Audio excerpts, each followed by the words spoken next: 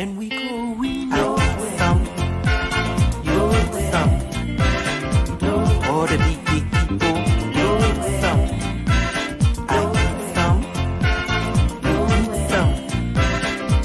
all the roadside hustlers, some, Tiffy, Uncle Rico, The big sea divide us. Tiffy, Uncle Rico, The big sea. it's all in the game, It's all in the game. here, there, and Here, everywhere. there, and everywhere. The people keep on The crying. people just keep on crying. It's not fair. And we going some, all the big people, some,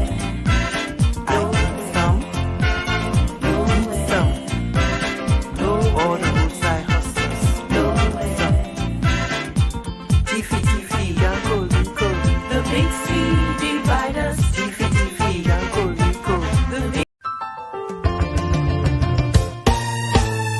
My people, where you at? Where you at? Wake up from your slumber, stop sleeping. Whip your hands, whip your hands, whip your hands, whip your. Come on, come on, come on. I know you're sleeping now. Y'all gotta wake up some more, yeah? Okay, let's go.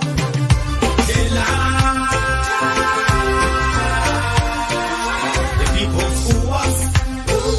The people lie to us. The government betray us. So much. I said they lie. The people fool us, oh. The people lie to us. The government betray us.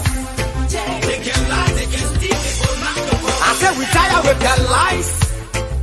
We tired with their promises that led us to a lot of damages. We tired with their speech they preach indeed and not unique they deceive us. The thing we saw it frustrate us. So why did you lie? Why did you steal? Why did you allow the citizens to beat? You see, we just tell you that why we voted you. But you fool us, you screw us, you use us and later on abuse us. So why? The government should lie. Why? But that's the question that we ask. The people fool us. The people lie to us. The government betray us. So much. I said they lie. The people fool us, oh. The people lie to us. Let's go. The papeles conmigo, the papeles conmigo, la autonomía, I see him coming up. Oh, I see him coming up. The papeles coming like a hurricane, I see him coming up. Everybody shouting and screaming. Hello, fellow Liberians. This is Joseph Yumabwalka. It is time to be counted for the upcoming general election. And I'm asking you to please make sure to register to vote. Every election is determined by the people who show up and vote. One of the penalties for refusing to participate in politics is that you end up being governed by people you did not elect. We must never forget the importance of making our vote count. We paid high price for this democracy as a people. Let us protect and defend it. Voting is the expression of our commitment to ourselves, our children, our welfare to this country, and our one world. Please listen out for the dates and the places and go and register to vote. The rescue mission is well on course. When you register and vote, you will think Liberia, love Liberia, and then build Liberia. Again,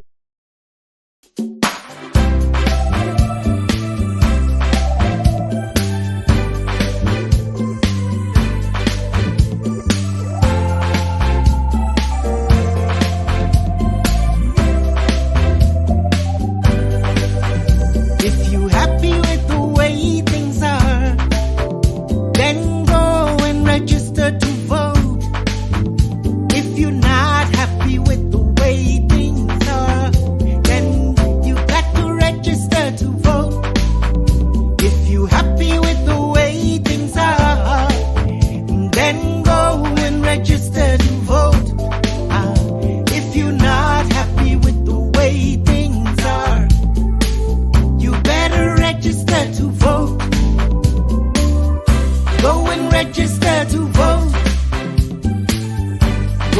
register to vote, 'cause that's your power.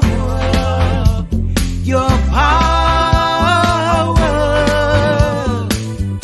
Go and register to vote.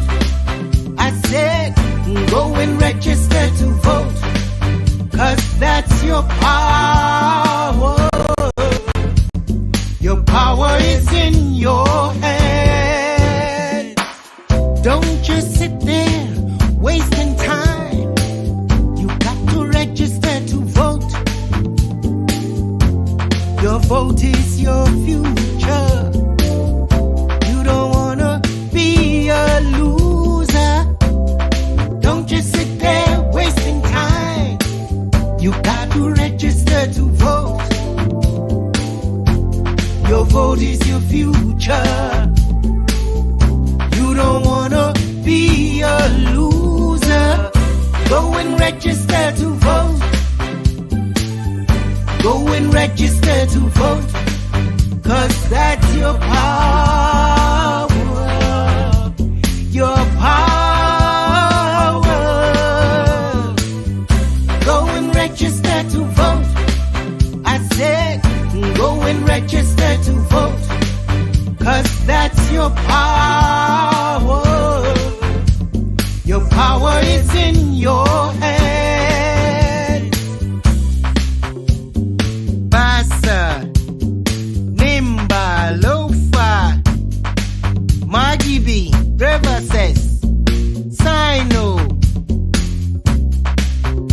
Grand Crew, Maryland, Grand Gide, Rummy, Cape Mount, Maserado, Mapolu, River G,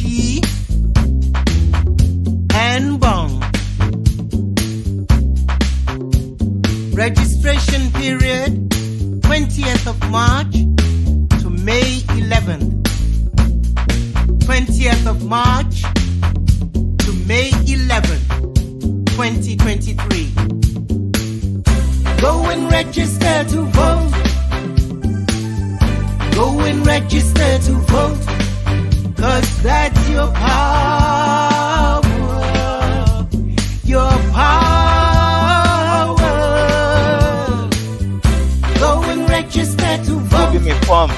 I said, go and register to vote, 'cause that's your power.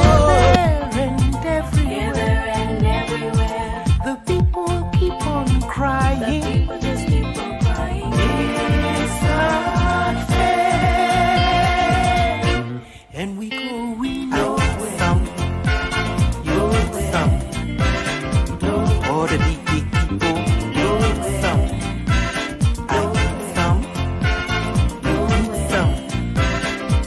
All the roadside hustlers. Tiffy, Tiffy, Yanko, Rico. The big sea divide us. Tiffy, Tiffy, Yanko, Rico. The big sea. It's all in the game. It's all in the game. Here, there, and Here, everywhere. there, and everywhere. The people keep on The crying. people just keep on crying. It's not fair. And we going nowhere. All the big people.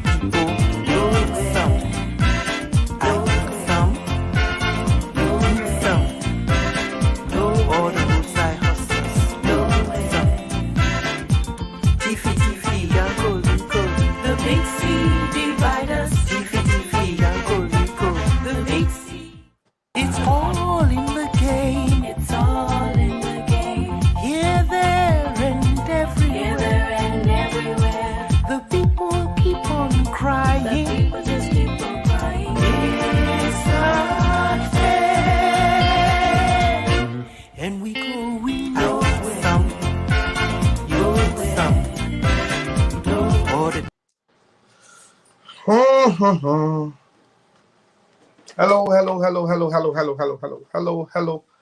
Hello, everyone, and welcome to the Class Reloaded. Today is Monday, the 27th day of March, AD 2023. We got a few more months to our general and presidential elections. I would like to say welcome to another fresh edition of the program, The Class Reloaded. I'm your host, Stephen Johnson. Tonight we have with us in studio, of course, Ente Miata is returning from after being away for a while for very important reasons. We're glad to have her back on set. Ente Miata would like to say welcome. We also like to say welcome to Mame, Abdullah Mame. Mame is not a guest here. He's been here before. He's back here to talk about some trending issue concerning the blue carbon, the $50 billion stuff trending in the media. Mame will speak about it and other issues. I'd like to say welcome to Pia, Geraldine Matthew Pia, Daniel Sandu, and of course our very own Michelle Dupont, who over the weekend did some very good job over the weekend, made some tours across the country, and met with the fellow who usually calls on the show about the iron in his leg and verify that the information was indeed true. I'd like to say welcome to all of our listeners following us on the various radio stations. That's Bourgeois Radio FM 98.1 in Montserrado, Premier FM 98.1 in Banga, Bon County, Radio Dupa FM 89.1 in Bassa, Grand Bassa, in Buchanan, Grand Bassa County, Voice of Lofa FM 99.3 in Vonjaman, Lofa County, Radio Joy Africa FM 97.5 in Margibi, and of course Voice of Compa FM 106.5 in Compa City, Nima County. As always, we say share the show, invite everyone.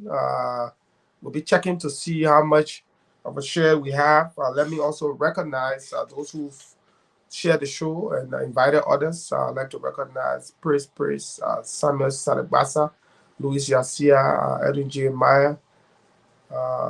It's a pleasure to have the guy. Yeah, Edwin, who can connect Matthew Clotte, Clarence Benson, Alexander Dix, Omen Smo, Andrew Jejua, Kona Gunter, Deconti Dean, Clara Way Howard,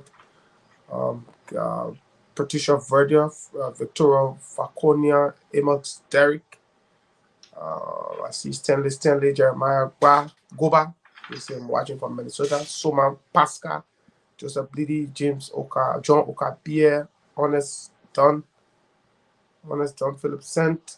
See Samuel Kamara, Bradley Brown, James Gaga, T. Nelson Zion, Tom S. Benson, Jordan Quinnan, Prince Sando, Pose Tixayo Topa, D. Nelson Zion, is a person. Vincent Cowboy, watching from Johnsonville. Rebecca Innes, I'm watching from North Dakota, Fargo. Filming Massacre, how are you filming? Astute Sagacious, Morris, Vivian Eastman, Emmanuel, Ted Banks, he's able to have a nice discussion there. Ted, Edward Kakula, Morris Harris, Vivian Eastman, James Cully, Jackson Moba, Samuel Richards, Prince Sando, James K. Cully, watching from Four Seasons, Philadelphia, Robert Kapu, J. Benedict Sonda, Eric Sion, Lee Boyce, Stenway, Randa Thomas, Stephen, yeah, Chief, yeah, welcome, Randa, Samuel B. McGill, Frederick Batu, Small Ball, Montari, Moses Johnson, Amos, Nathaniel Sando, Vu, Moduba Senior, Mina Fambula, Hinkson Tamba, Tom Benson, James Dosey, Benjamin Stanley, Daniel Yonko, Gideon Scott, Levi Gay, and all of you wonderful Samson family, Augusta, Nakpika, Medipele Sumo, Tracy Wright. She said, please share the show, guys. Here, Tracy Mapuho, Salif Malu's son, Tax Skinner, Chuku Walker, watching from Grand Bassa County, and everybody. Kindly share the show. Wilson Smith, Alpha Gongoli, Lorenzo Ukai, Stanley, watching from Southeast Asia, Ibrahim Snottin, Ose Kanga, Benjamin Bihan, Richard Cully. I'm watching from Excess, Maryland. Welcome, Ishmael Toure, Prince Jaleba, Examine Class, Joseph Sekoe, and everybody. Would like to say welcome, Papi Pui, Stephen Cooper, to Premium FM is live in Bangabon County. Thank you, Tom Benson, and all of you wonderful people. Would like to say a big welcome to all of you all to this edition of the program. Let me begin the conversation first. As usual, we talk about what's trending. We'll go around the table. We'll talk with everybody about what's trending. 2 to 3 minutes maximum, and we'll begin the conversation. Since Entemiada have been away for some time, we'd like to just talk to her more about her trip, how are things been. It's good to have her back. And she was recently in Liberia to register. She got a voting card and waiting for October 10th to give GMB a secure vote, God's willing. Entemiada, welcome. It's good to have you back. You're muted. Before we even talk about the voting in October, I'd like to see those of us who care enough about what is going to happen find their way on the ground, whether you're in a tech team or on tech team, but just as somebody who actually does care about what is going to happen. I think we need to be on the ground much earlier to do what we can, and so I intend. But it was it was quite interesting. I spent I think 21 days in Monrovia, and got up to quite a few things. I have to apologize to all the people that I really couldn't see and should have seen, but we intend to be in Monrovia within the next 2 months, and so I hope we can make up. I made a few quick notes. Okay. The city dry. I don't know if you understand it in the Liberian parlance, it dry. That traffic is no more. It's almost as if people have just disappeared off the streets of Nigeria. So people just staying home. We got nothing to do. They're staying home, exactly.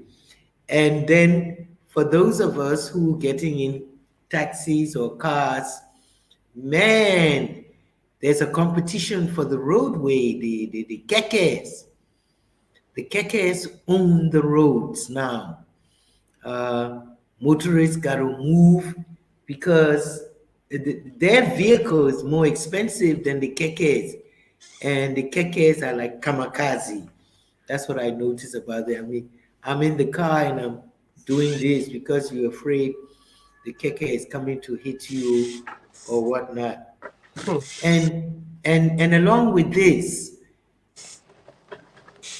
violence, instant violence. People just vex. The pempe driver vex, the motorbike children vex, everybody just vex, and it takes little thing to start abusing each other. This is what got me.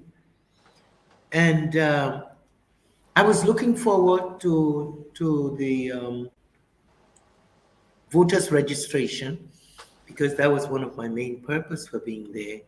So I said to myself, with the Liberian DNA, I expect things not to start really working until the second or third day. But since I live so close to a registration center, that's Cathedral in District 7, I just decided to walk over and to see what was happening. Right from the gate, I was shown courtesy because I made sure they could see my gray hair. And oh my pass. So I went in, and there must have been about 8 to 10 people already in the line. And I didn't want to push the seniority thing because I wanted to observe what was happening. And after about 10 to 15 minutes, I realized that the holdup was people providing information to these clerks to type in your name, name of your father, etc., etc., etc. Now, incidentally, I had received from someone the NEC sign-on registration. So when I noticed that the 10 people were going to take another 3 hours, I simply stood up and said to the young man, listen, I've got my barcode. And he said, oh, okay, Grandma, come this way. Took my phone, photographed the barcode, handed my phone back to me, sit in the chair to take my photograph. Afterwards, I did my print in under a minute, and they said, sit over there and wait for your card. And that's how, within a matter of 3 minutes, couldn't have been more, this card came out. And that's how I registered that day. But my point here is, why didn't NEC inform the general public that you could go online and part register, which would save time and energy? That was never in the public domain. And I see that as, done on purpose, because we were all sharing. We're not supposed to be sharing this information. We should have known. Most of the population of Massarado County have Android phones. All the children got phones. And they can read. It would have saved so much time and all of the frustration at the registration centers, especially in the densely populated area like Pipeline and Jacobtown and all of those places. So basically, those were my trending issues. I buried a couple of people, but I'm sure you don't want to hear about that. Anytime you go to Liberia, there's a funeral. Yeah. And people are dying in large numbers as well. Yeah. Is the comrade doctor following after you? Is the who? Comrade doctor. And to go to Monrovia to register? You know the only person I can call comrade doctor. That's the only man who qualifies to be called comrade doctor for me. Well, he's got what? Another 7 days. He's got another 7 days. I don't know about that. Yeah, I think the latter is the right answer. You don't know about that. Yeah. He could surprise all of us. I tell you. Yeah. With that surprise, then the class reloaded will have a major guest in the personality of comrade doctor. Yeah, we're looking forward to that chance so that I can register and we'll bring it on here. It'll be a very interesting conversation. I can guarantee that. Hopefully, he leaves his the sabbatical and come into active politics. we don't use the word sabbatical. It's on the mountain top. It's good, Edemiana, for the update. Thank you for the update, and I'm glad you were able to go home, register, and you're back in Accra safely. It's good. Everything went well as planned. And I also learned you had your memorial service for your mother, right? Yes, mother decided to check out 2 days after her 88th birthday. Her birthday is March the 12th, and she passed on the 14th. So what has been happening over the past 6 years, this year makes it 6, is that through the Forum of Women Elders, we've instituted a celebration, celebrating not only her, but all of the women who have gone before, etc. And we concentrate on how do we maintain the legacy of women who helped and contributed to the building of Liberia and whose shoulders we now stand on etc. So Interestingly, yes, my father knew your mom. We used to go visit her up to cathedral there. My father used to work at education ministry of course. those days, so he knew your mom very well. He used to take us there as kids. We'll go visit her up the hill there, Ashman Street, up all the way up there. Yes, we're still there. We're still there. Small word, man. Small word. Small word. Thank you, Nimiata. Chupo, are you there? He was. Chupo is not there. Chupo, yeah, what's your update? So nothing much trending from my end, but I have on the table the issue of the Bond County ministerial court, and of course, I was privileged to speak with Bond County Ministerial Court coordinator, Mr. Tactus, really. And of course, he said, court in Bond, actually lack typewriters under the present government of George Weah.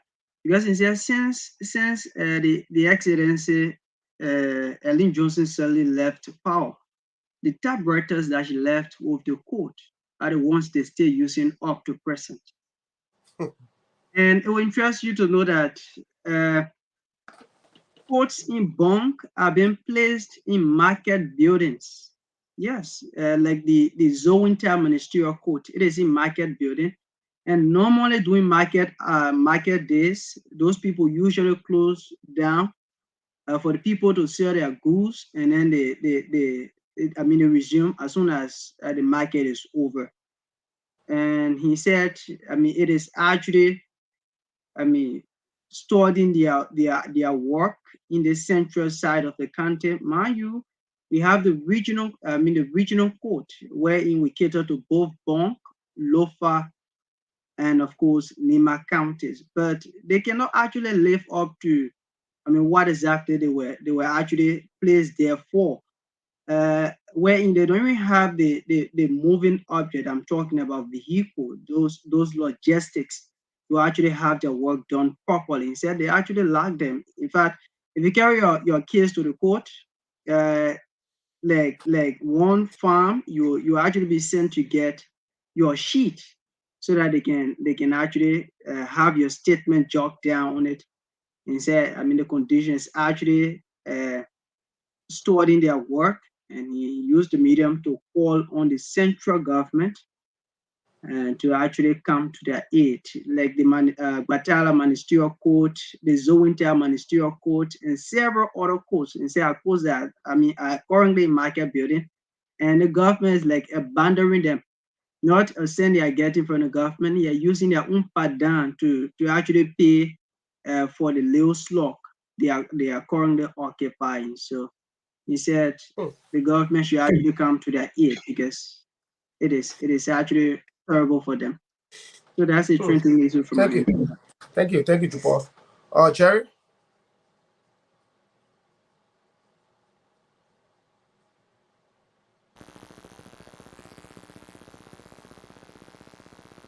Jerry, we can't hear you. I think you got to log on and come back on. You can hear me now? Yes, but it's a little, yeah. You say you are not hearing me? We can hear you now. We can hear you. What? We can hear you. We can hear you.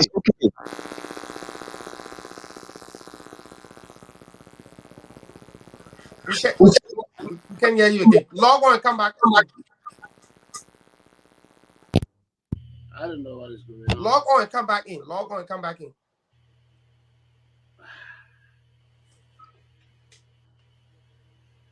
Let he come back. Log on and come back in.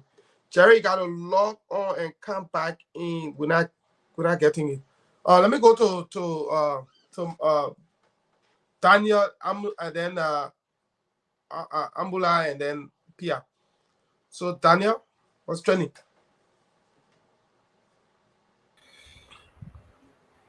Good evening, Stephen. Let me say good evening to everybody, and good evening to our listenership. It's good to be back here on the Class Reloaded. As always, there are a lot of issues that are trending. But specifically, I would like to highlight two issues. The first has to do with what we are witnessing in district number 10. And in opposition solidarity, we had to go there on Saturday to identify with Yeke. I was one person who was there very early because I actually grew up on the Oro, and I do believe that people should not use their political power to intimidate political opponents. So we are going there to show solidarity to Honorable Yeke Koruba. I think for the last 3 years running, Yeke has been, the CDC has done everything in its might to continuously intimidate Yeke Koruba, Honorable Yeke Koruba. This comes in the face of the LMP. They have deliberately failed, and some of those failures are on purpose to even protect Yeke's right under Article 11 of the Constitution. Article 11 of the Liberian Constitution calls for equal protection under the law. So we realize that Yeke has been intimidated by people believed to be from the CDC. At some point in time, if Jefferson Koji was now sending a group of men to disrupt Children's Party organized by Yeke, you see the district youth chair of the CDC leading group of machetes carrying men at Yeke's private residence, trying to break in. And I mean, for some reason, we don't know. So this thing has been running for a very long time. And I mean, the latest one has to do with their strategy, because they realize that on the radio stations, there are private citizens who are calling and said they are leaving their respective districts, moving to district number 10 to register to vote in a show of support for Yeke. So shamelessly, what the CDC has done is to organize a countervailing strategy. And that strategy is to instill fear and intimidation in the civilian population. And when you do so, then the people get afraid and say, we're not going to register to vote. Meanwhile, while they are intimidating these people who live in the communities, they're having the people go to register. Like you witnessed on Saturday. The CDC youth chair had gone there to say he want to register, even though he doesn't live there, right? He doesn't live there. What did he do? He succeeded in disrupting the entire registration exercise that was ongoing at the FMCA. There's a school, one of the biggest centers on our Oro in district number 10 is the FMCA put in place. Okay, so they succeeded disrupting every activities that were ongoing on the Oro that day. The night before Saturday, they had gone there. I'm told that 7 motorcycles were stolen. They robbed the market women. Okay, so it continued up to Saturday morning. So we had to go there in a show of solidarity. But more importantly,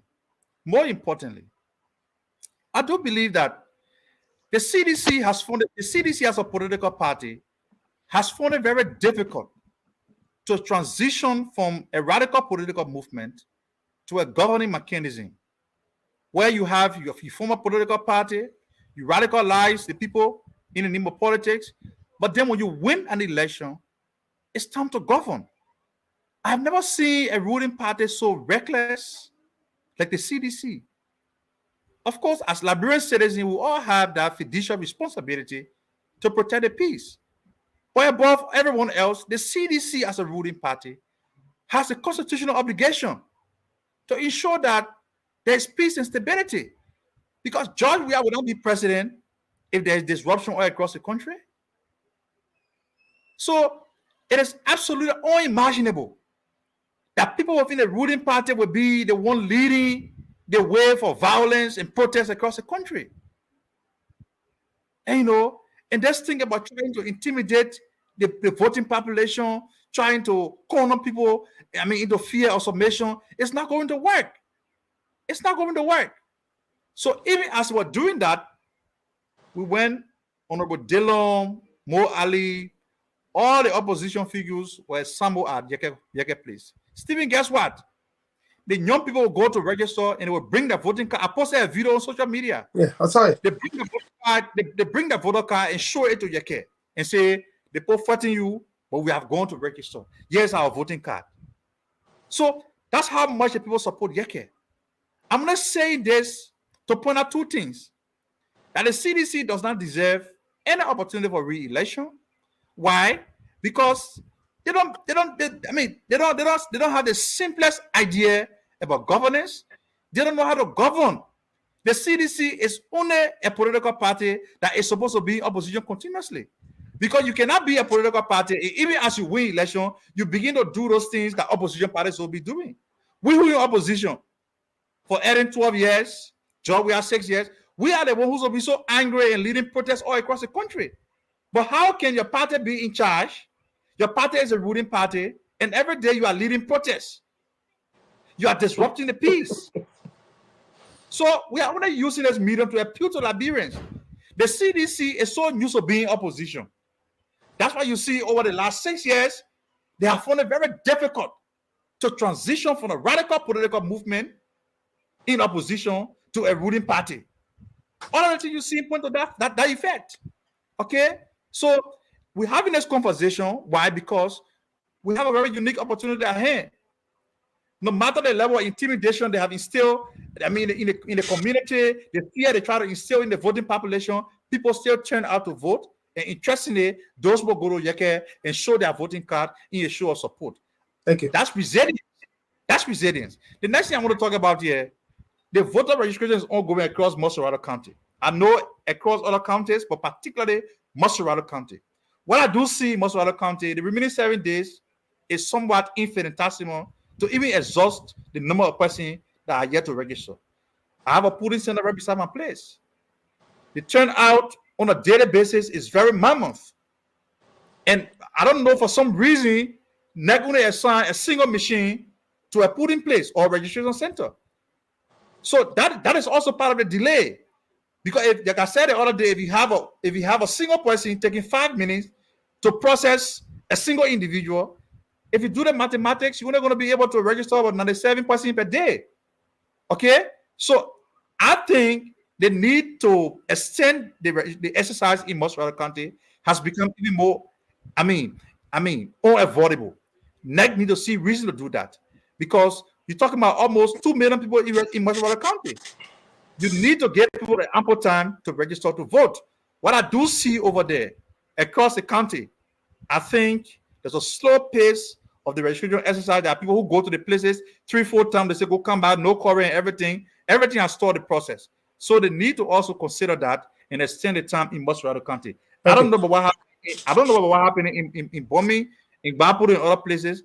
I'm very much key on Moserado County because it is a melting point of our politics. It's a county that has the biggest population in terms of voting. So we need to be giving time here to do that. Thank you, Stephen. Thank you. Jerry, you're back. Hopefully, I think your stuff is okay. Can you hear us? Yeah, I can hear you. You can hear me? Yep, 2 to 3 minutes, bro. Okay, yeah, thank you. For me, from an end, I would like to find out, where are we with this former Chief Justice Dr. case? Or is there another case that is ending in chain as usual? I mean, it's unfortunate. When the thing started, the legislature, Liberian Senate, everybody spoke, we're talking about it, everything.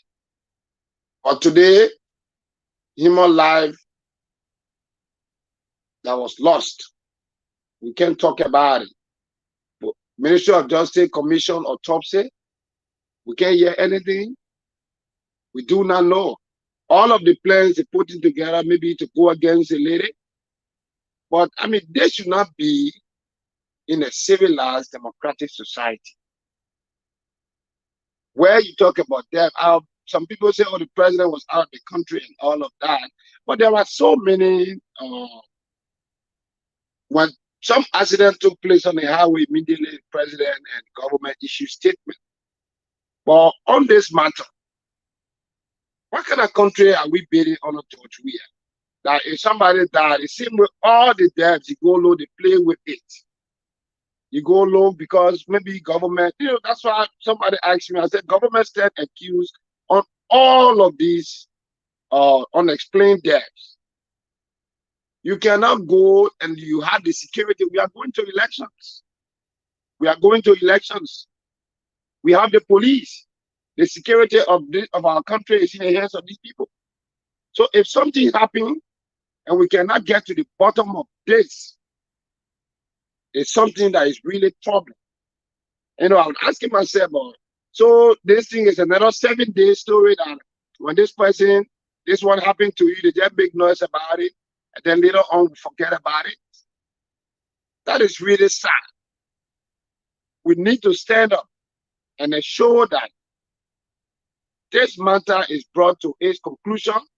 Let's know what happened.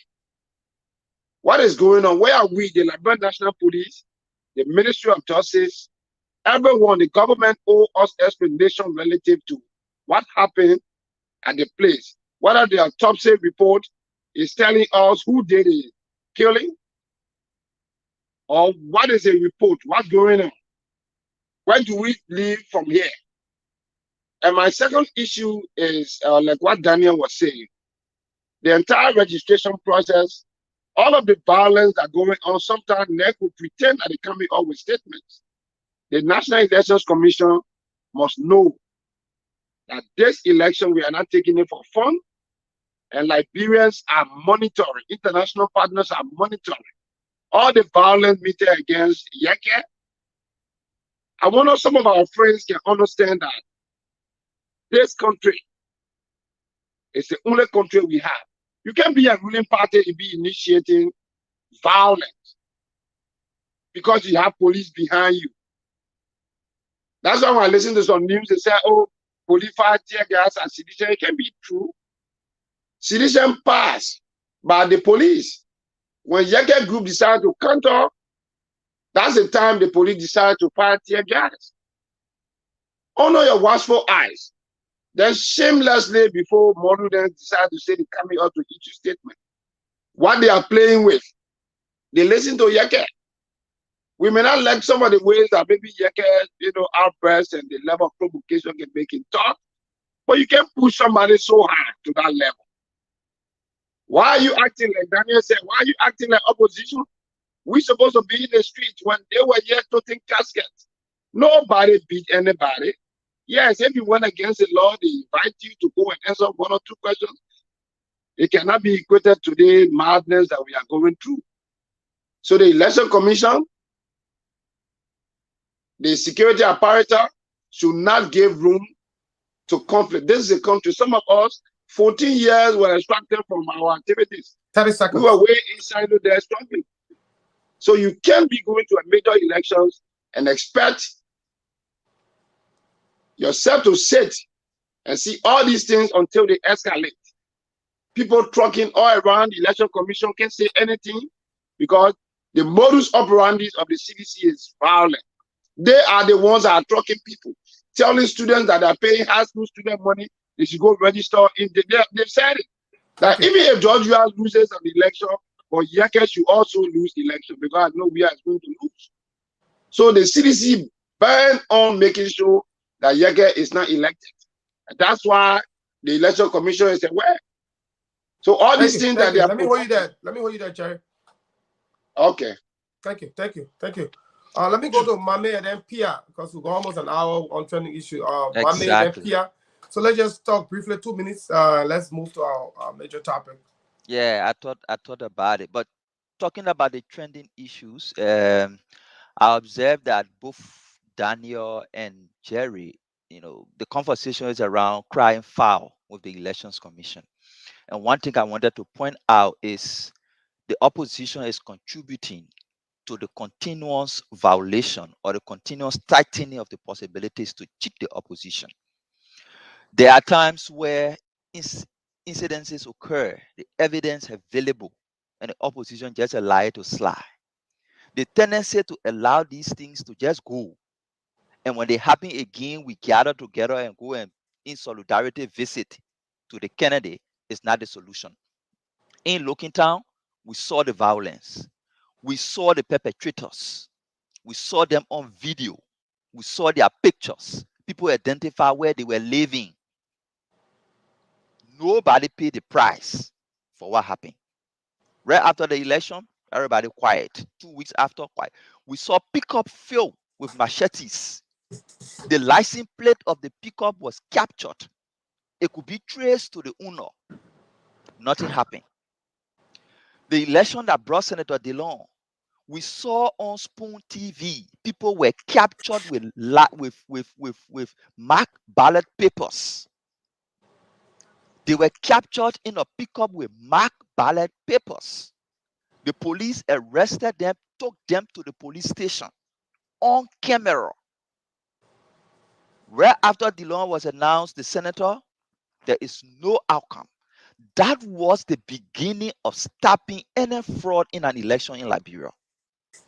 To have screened those people, identify their connection to the National Elections Commission and where they got those ballot paper from, prosecute the actors. The opposition supposed to insist that those people be prosecuted because they were seen live on camera with ballot papers. We allowed that to slide. So the architect of the violence, the architect of election fraud, they feel comfortable. So 2023, when we are cheated again, we will still complain. If Yekea is cheated or violent on Yekea, we will go there in solidarity until we can begin to take action. Going nowhere. So I hold it there. Thank you. And allow Veteran Pierre to talk. Yeah. Then we'll go to Pierre. the issue. All right, so the first thing is that we have to share the show as usual. You got to understand that the space of the show is now competitive because there are several shows running at the same time. It's not a problem to have several shows. But if you got several shows running at the same time, if Steven has a show that starts full, Pierre has one that starts full, and then Miara has one that starts full. If you got 5, 6, 7 shows that start 4 o'clock, everybody can watch all 4. It will be a matter of choice. One of the ways to grab people's attention is the extent to which you share the show. That's one. 2, it's about time that the people who believe in the work we do here, who believe that they want the GMB message to go far and wide, to begin to support the show. Coming on to watch it is good. Making all the comments, sharing it is good. One of the reasons why we've not shared the show in a way we're supposed to on a number of radio stations is because of the financial limitation.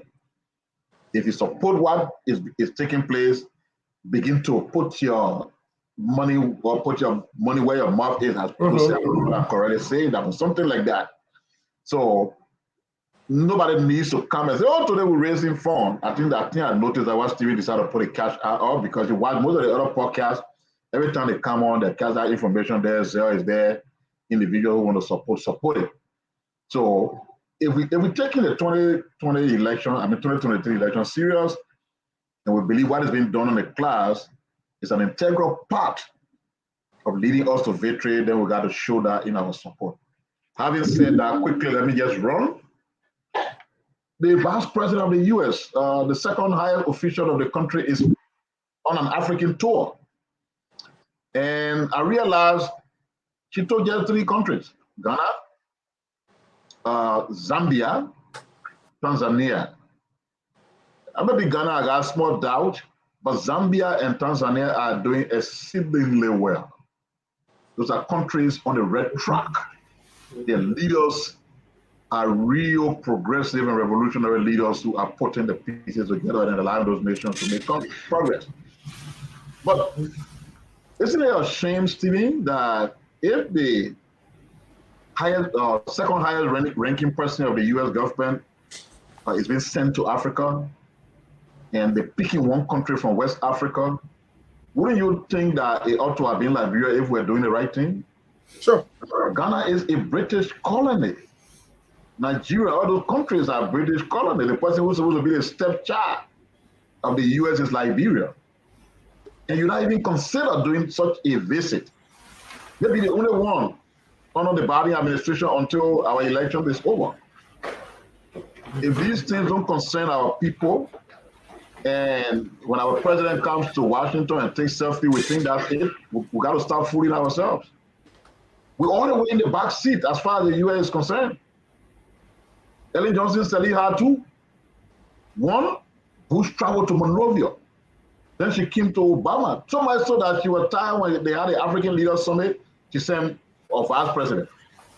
It's the African Leaders Summit that Joe were in running all around looking for selfie. And they didn't bother. She said, "Hey Joe, you go there." So we gotta think about that.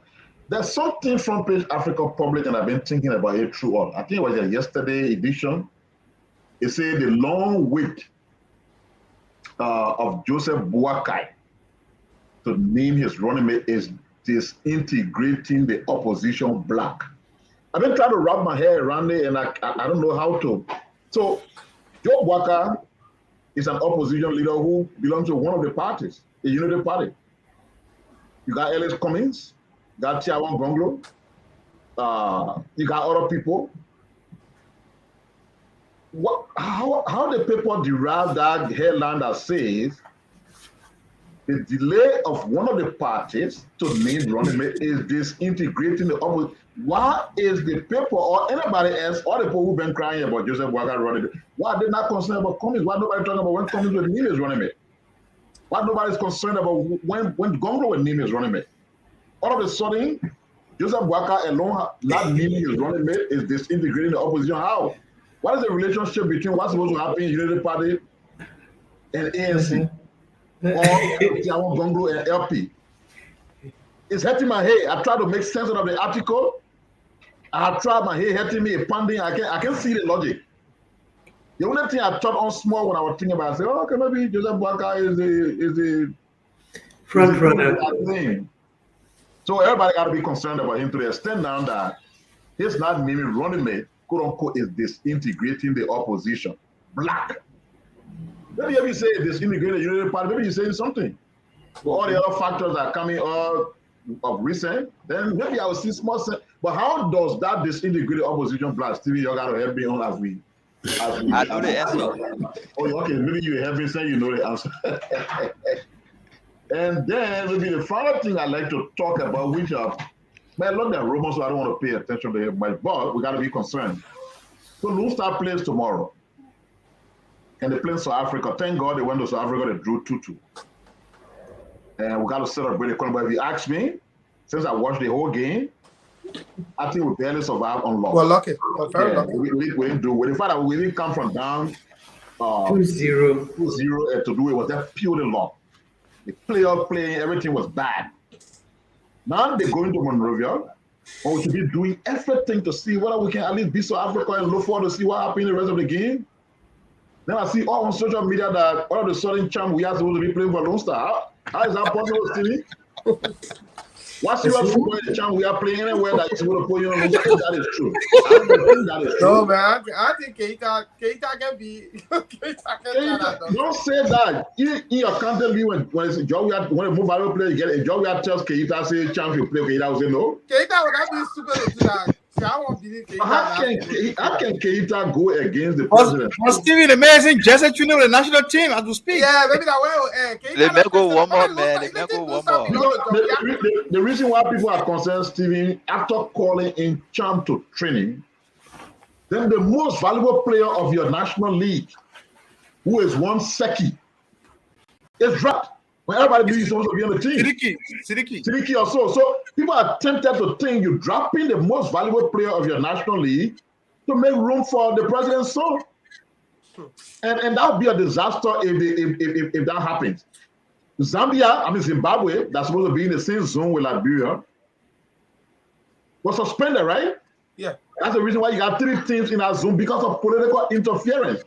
If it reaches a point where the president starts forcing the coach and everybody on the team for his son to play, that's the same type of interference. And I'm afraid Lone Star will get in trouble. Thank you. Yeah, the reason I say, Liberian people, Joe, we all know the Liberian people. When it comes to that, I see SKD. You know what happened there? Let the people go there or tomorrow. You put Cham there, then they beat Lone Star. They just don't even have it. Tell her happy. You're still having Monrovia tomorrow. I think that will be the end of the whole year routine. Tell her happy. Like people, but we are know it was that same SKD that same condition that caused we have to retire from Liberian football. Yes, I agree with you. One game at SKD to win to qualify. They went in the next one, they then cha-cha slide that whole night. when they played the game, they lost to Ghana. You saw what happened in PR. Nobody need to tell we are. Let them play And, champions this, tomorrow. and this, Let's this South situation Africa is similar to that situation. Yeah, let's South Africa be out tomorrow, SKD. You'll see what will happen to that very SKD tomorrow. Just watch. That's why I think Keita will not be that crazy to tempo with that national team. You know the difference between that time? You are just a job. We are the only thing they put in. He cries. He cries. He calls. But then when you cry, then now you're president. So I leave it there. That Librarian people, when over 30,000 people storm on our feet, police will run away. I mean, the government, I don't care government, man. No police can stop 30,000 people in Liberia. They'll run away. Okay. No, your whole police force strength less than 2,000. Please, the people engage in a stampede. Steven, let me be clear. I'm saying I want to talk about it because it's trending on social. I'm not saying that's the decision. I'm going to say if it is a decision, it's going to be a disastrous decision, and the country will regret it. I can put my leg on the line for that one. I can never put that man on the feet. That man not part of that team. He just go one more. Librarian football kid. So the question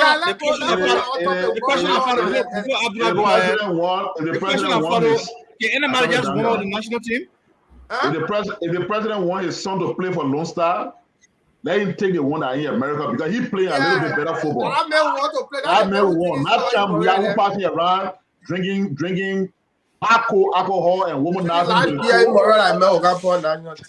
The question I'm asking, Steve, before Mame go ahead, can anybody just train with the national team now? No, it shouldn't be like that. I have problem with Keita. Joe Yason, and not anybody. Okay. That president's son. And everything they come to by Joe Ya. You don't know that? Even your own Jew and Jew fan Joe Ya say will take it from you. That is property. You'll be sleeping. But let's go to our topic, guys. And the PR made the announcement. If you look at the bottom of the screen, you'll see the Cash App information there. Let's contribute. We got to expand the show. We need to raise some money to all of our regular. Let me just say also a very soulful name I will not call because I mean it wouldn't be good to know that he's in communication with somebody like us, but he's involved with the process. He said Cham will not make the team. He's not a player on the team. Never. I know Librarian football. So I can rely on that because I trust the person. He just text me saying Cham is now. When that stadium down, if that man play in the field, don't start to when that stadium down. Librarian people don't joke. So let's come to our main topic. As I was saying, we need your support. We need to expand the show. We've been paying for a lot of what we do here out of pocket.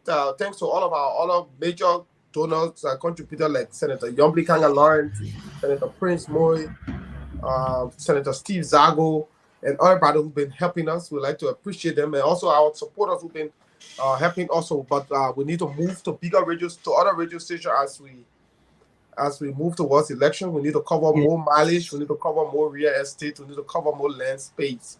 So we're looking forward to your contribution. All of you wonderful people. The number is scrolling at the bottom of the screen. I'll share it in the text. I'll put it on the page. Also, this whole week, let's get it going. I appreciate all of you for your support. Now let's come to this 50 billion. You know, there has been too many talk about monies under this job we are government since 2018. Our first interaction with this money issue was the disappearance of the 16 billion. It became a big national issue. There was a demonstration. People took to the street. The country was in tatters. We saw what happened. Then later came 25 million missing, 25 million for mop up. We were told by the Minister of Finance that they put the money in the back of trucks, SUVs, and went to fool out people across Monrovia and bought Liberian data under what they call the SS liquidity scheme. Then there came the COVID. I would prefer you to say when the money changer before the school will be targeted, please. Exactly. When the money changer. But Mama, you know, in Liberia, we say money changer. Mostly our school people. So they went to money exchanger across the country, bought, quote unquote, bought Liberian dollar, valued at over 25 million worth of Liberian dollar in the streets of Monrovia. Then came the COVID relief fund, 25 million, another 25 million approved by the legislature, pumped into the COVID relief fund, zero. Then we heard news about the printing of additional currency, 1,000 bills, the denomination of 1,000. Up to now, we still see that the country has liquidity issues, especially for smaller denomination. The last time I was in Monrovia, when you ride a keke and you offer the keke driver maybe like $100, they tell you no change.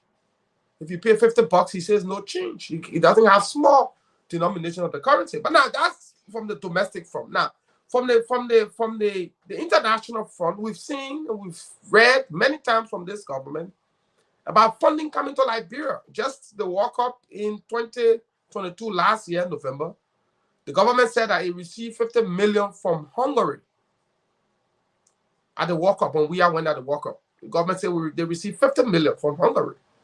To this date, since November, we've not seen a single communication from the Hungarian government or any internet source to validate that statement from the government. Second, the government said that it received a commitment from Qatar, about 100 million, after we have met the Crown Prince at the stadium, just to shake hands. The man made a commitment of $100 million to do road project in Monrovia. The Qatari government did not issue any statement to confirm that. Neither was it published on any of the Qatari news agency. Only WIA and his CDC had that information. Now, we woke up this morning. In fact, after WIA had left the U.S., after being sufficiently lampooned at Langley, without even the Minister of Information providing any update about the president's travel to the U.S., the whole government has remained silent on the issue. We've learned that the president traveled to UAE, not on an official invitation of the UAE government. He traveled there on a private visit to meet a private firm, a firm established in 2022, just last year, with the goal of helping to solve the issue of carbon emission globally. That company is just a year old or less than a year old. 5 months. 5 months, right? Yes, it's just 5 months old. Now they're saying there's a $50 billion that Liberia stands to benefit. Now, I see government officials trying to clarify, but let me just put into context what 50 billion is. Since 1847, Liberia as a country, from 1847 to 2006, the entire country had borrowed only 4.3 billion for over almost 160 years plus. The country was only able to borrow 4.3 billion. $1 million, if I gave you $1 million and say you can only eat $50 a day, that money stays with you for 54 years. That's how much $1 million is. Now imagine $1 billion. 50 billion is over 25 to 40 times more than our GDP. This is how much money we're talking about here. It will mean that the entire Liberia times 25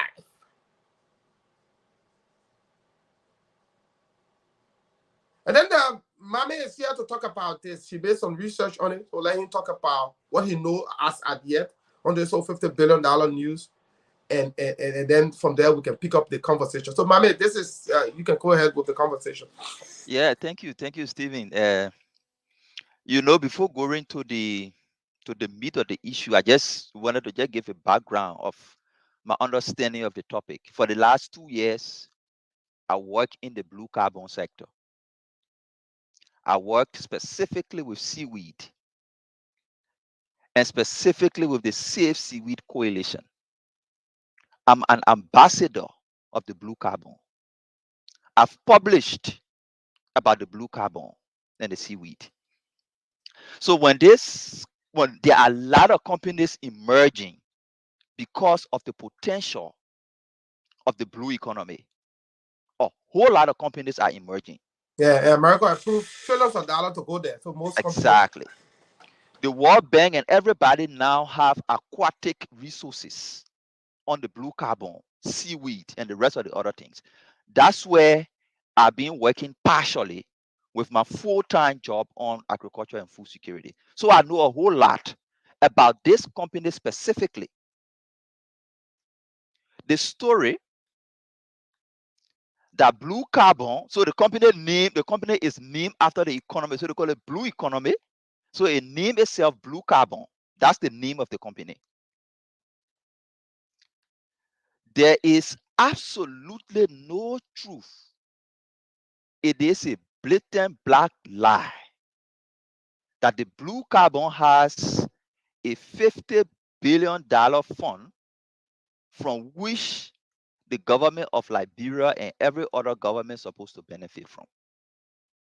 Blue Carbon was established purposely to provide services to government. Their business strategy is technically to come and conduct trainings, enable government to be able to track, to be able to manage our natural resources. It says it developed its own model on how to manage natural resources, especially forest resources and aquatic resources, on how to manage them. And in the process of managing them, they said they have the expertise on how to track, how to monitor and track carbon sequestration. So meaning, when you manage your natural resources well, you can reduce carbon emission, meaning you can reduce the effect to the atmosphere, climate change. To make it simple for our people. So they say, why you doing that? They have the capacity to be able to track how many emissions you preventing, how many carbon you saving. And because of that, they say they're able to track it, they're able to monitor it and track it, and they're able to get people to buy it from you in the future. The entire estimate, there are different estimates, but the entire estimate for the Blue Carbon, at least recently with different places, Stanford University and stuff, is 50 billion. They say it will grow up to 50 billion in the next up to 2030. Even though there are other estimates, but these estimates I'm referencing say the Blue Carbon economy will grow up to 50 billion up to 2030. It is this emerging economy that all these smaller businesses are trying to establish. Blue Carbon in this case is basically a service provider. They go to government, they established October 2022. Once they were established, our organization decided to do an assessment of their business model to see whether there could be potential partnership. That's how I know about them in depth. Because most of the new entrants into the market, we conduct analysis on them, engage them to understand their business model, see whether it's supporting an existing model or there's a gap that they're filling in and the potential for partnership. So there are extensive research and study on them. I will not go into the details on that. But what I want to focus on is to say that they have 50 billion from which Liberia will benefit is a blatant lie. Their business model, they help government. According to them, they say they are strategists, they know everything about carbon economics. They will help government manage the resources well, capture and monitor and capture, carbon resources, and then they internationally will be able to find buyer of, carbon resources, ecosystem services. Now, the thing about buying ecosystem services or carbon is a futuristic ambition of the effort to reduce climate change. People are saying countries like Liberia, countries like Gabon, countries with forests and reserves, they are not emitting, carbon to the atmosphere. Instead, they're absorbing carbon. So we should pay them for their resources.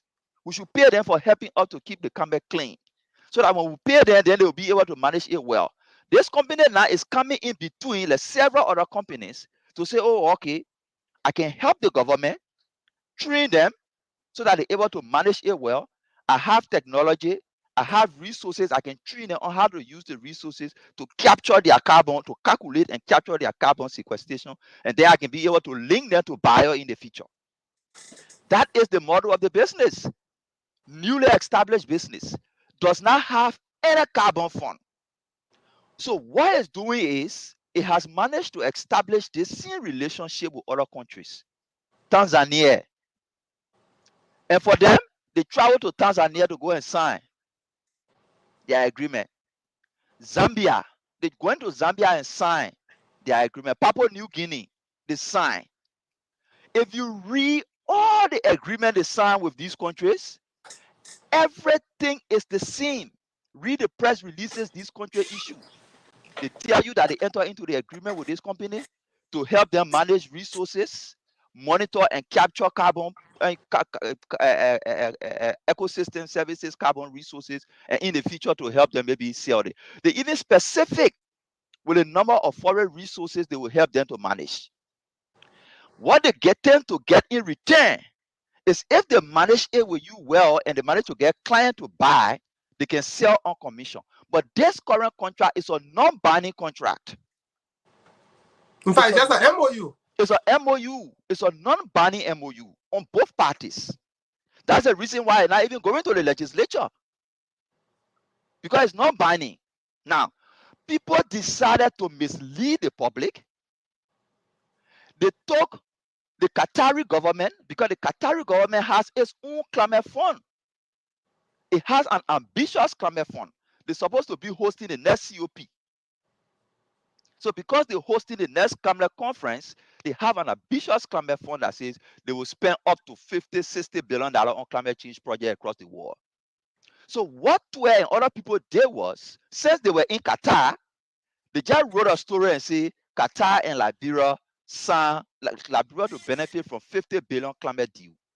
But when you go in the story, the agreement is not between Liberia and Qatar. The agreement is between Liberia and a private consulting firm. And that consulting firm is Blue Carbon. And Blue Carbon does not have any money to give to anybody. In fact, they are relying on the agreement they're signing with these countries to boost their momentum. So that's the issue. It's like So this is like this is almost like a middleman signing these agreements with people and then go out there using these countries as legitimate, you know, or how do I say, like a trade-off, you know, like the Eton and Iboma loan, where Iboma and Eton wanted a sovereign guarantee, which was the government of Liberia, and then they will go out there and look for capital investment. Say, we have a sovereign guarantee, which is Liberia as a country. They've made available their reserve, but who can credit them $10 billion to build a road? Who can credit them? So this company is pretty much know that since $50 billion has been talked about by the Qatari government, they say, well, we could do, let's sign an initial MOU with you, just in case that money comes to fruition, we can shop up there. And already said we have an established MOU with you, we can bring you some business. So that is essentially what they're doing, right? That's exactly the deal. And for them, they didn't even hide it. They wrote it on their website. They said they are a company that has bilateral relationship with countries that they can connect to resources.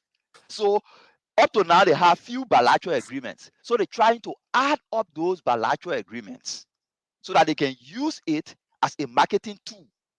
This is something futuristic. Now, one thing you need to know is the owner of the company is the former finance minister. So he left government of Qatar. Of Qatar. He's from the Prince family or so. So he left government, established this company to be able to get agreements with governments and use those agreements to consummate his future climate deal. This is not something 1, 2, 10, 5 years, 15 years been able talking. But because they wanted to mislead the public as we go to election and say, and see the way they structure the headlines. As a result of President Weah's visit to Qatar, Liberia to benefit from $50 billion climate deal. I mean, and you know, I know the media has been doing well. You know, the journalists, media institutions have been serving a gatekeeper. But on this one, they dropped the ball. They allowed to use them and achieve their objective. I told one of them, ask for the MOU. He asked for the MOU now, and the guys are refusing to get in the MOU. He told me, he said, they're refusing to give me the MOU. I said, yes, because they achieved their objective already. So they will not give you the MOU. And let me come to Pierre quickly. Pierre has said something on this show, and Pierre being a media man himself, you know, being involved with the media. Pierre said something, and I always remember it. He said, whenever you wake up one morning and all the newspaper headline says the same thing, something wrong somewhere. Something wrong somewhere. So Pierre, I woke up this morning, you know, as I'll read all the local dailies. just to keep myself abreast with what's happening in Liberia. When I read Front Page Africa, New Dawn, the analysts, what the other one, the Hot Pepper, the Republic, all these newspapers, everything talk about 50 billion, B package. And now you listen to Mame talk about this package, which is not even any money laying down anywhere. It's just futuristic money that in the event it happened, you will go there and help you. What do you make of everything? Why is this government so bent on spreading lies with the hope that it can deceive the people? I think the first thing is that Mame did a good job, and you as a host is doing a good job too. But the mistake you and Mame are making is that you guys are also being very academic. You see, when you're responding to the headline they have and you say this is a futuristic money, then you buy into their thought process that even if it is not now, in the future, Liberia will get 50 billion. Because that's how they develop the story. And you're right, Stephen, I was Deputy Minister for Public Affairs at the Ministry of Information. And in that job, I was the government deputy spokesperson. Even though my brother Fagon can say as Deputy Minister of Public Affairs, he's the government chief spokesperson. I don't know how that works. I know how the Deputy Minister can be chief spokesperson over the minister. And then press secretary for 6 years. And we know how the media works. The first thing, the reason why I say you guys are too academic,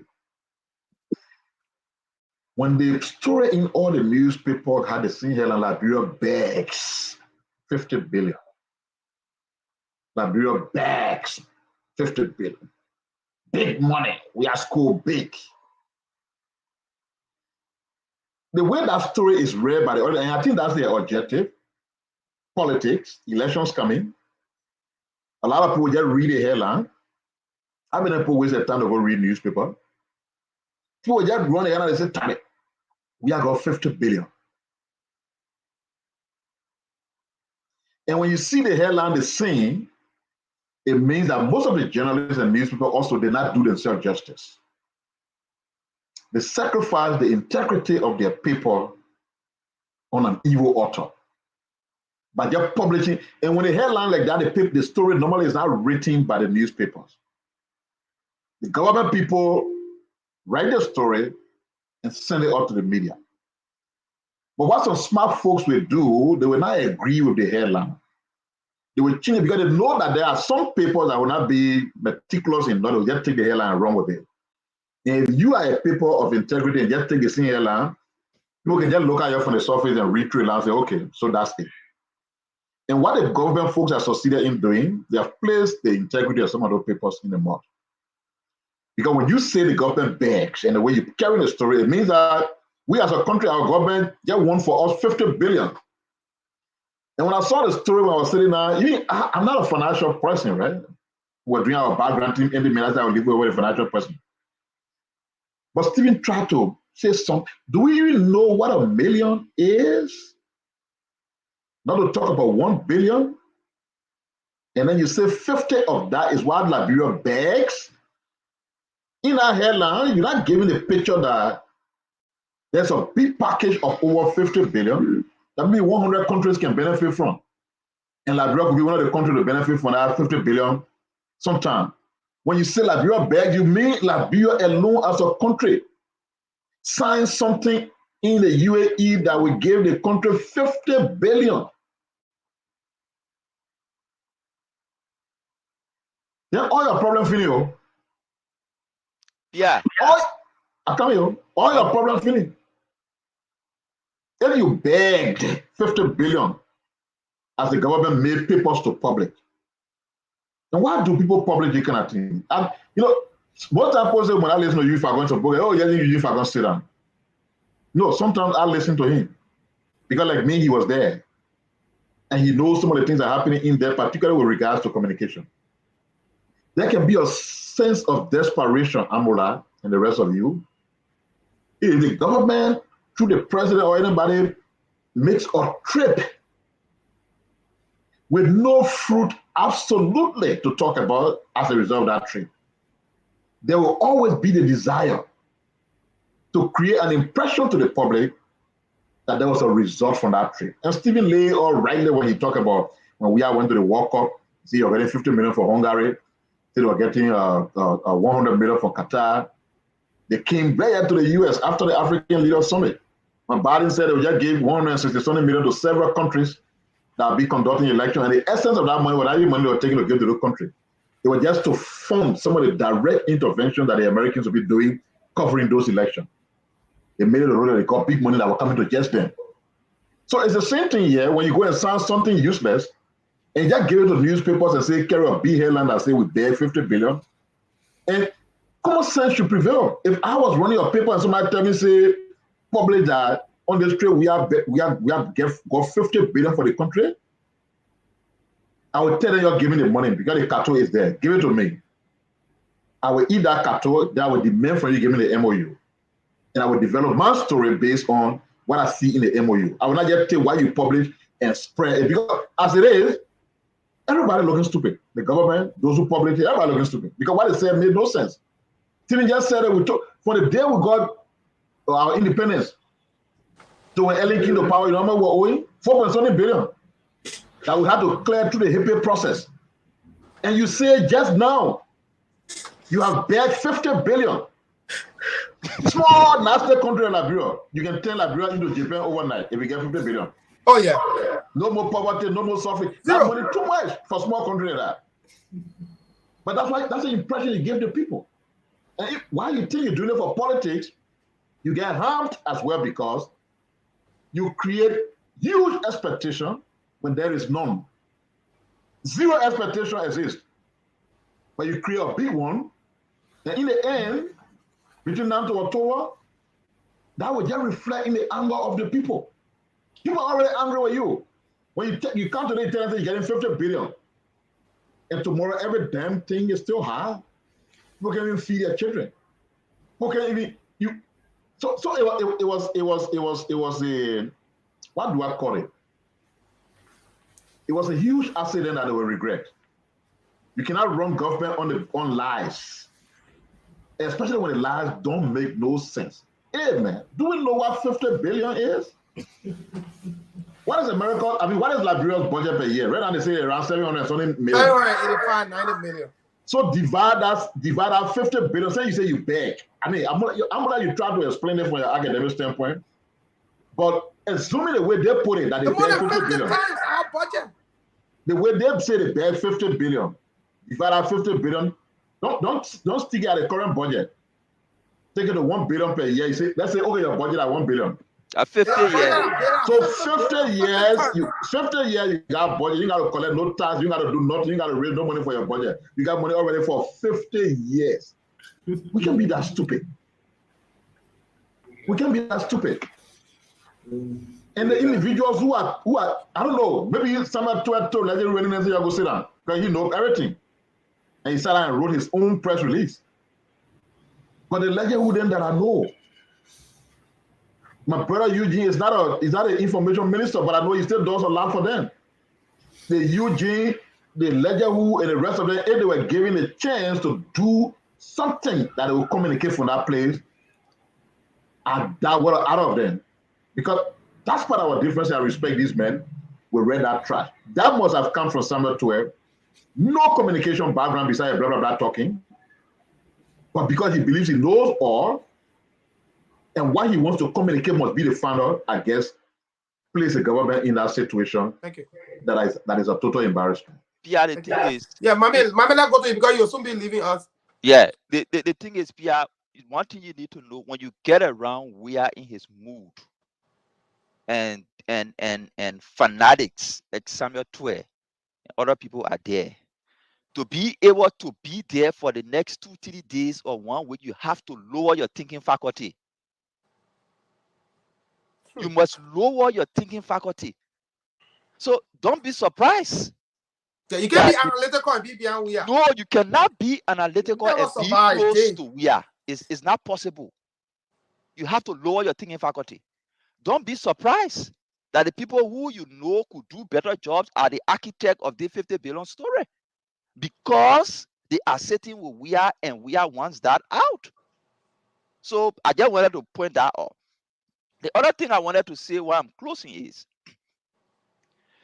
the main clarification is the company that they signed the MOU with, that company has no climate fund before you even talk about 50 billion. They do not even have a 1 billion climate fund before you talk about 50 billion. Their business model, their strategy, everything is tied around service provision. They provide training services. They have already conducted a workshop for one of the countries that they signed the MOU with. So they provide training services, they provide technology to be able to capture and monitor carbon resources to ensure effective management. They got no climate fund. What the government now is doing, and they're using few people in the media, they took the 2000 last year, 2022 story, when the president of the UAE visited Biden, he made a pledge because he himself is trying to lobby for the next climate conference to be in Qatar.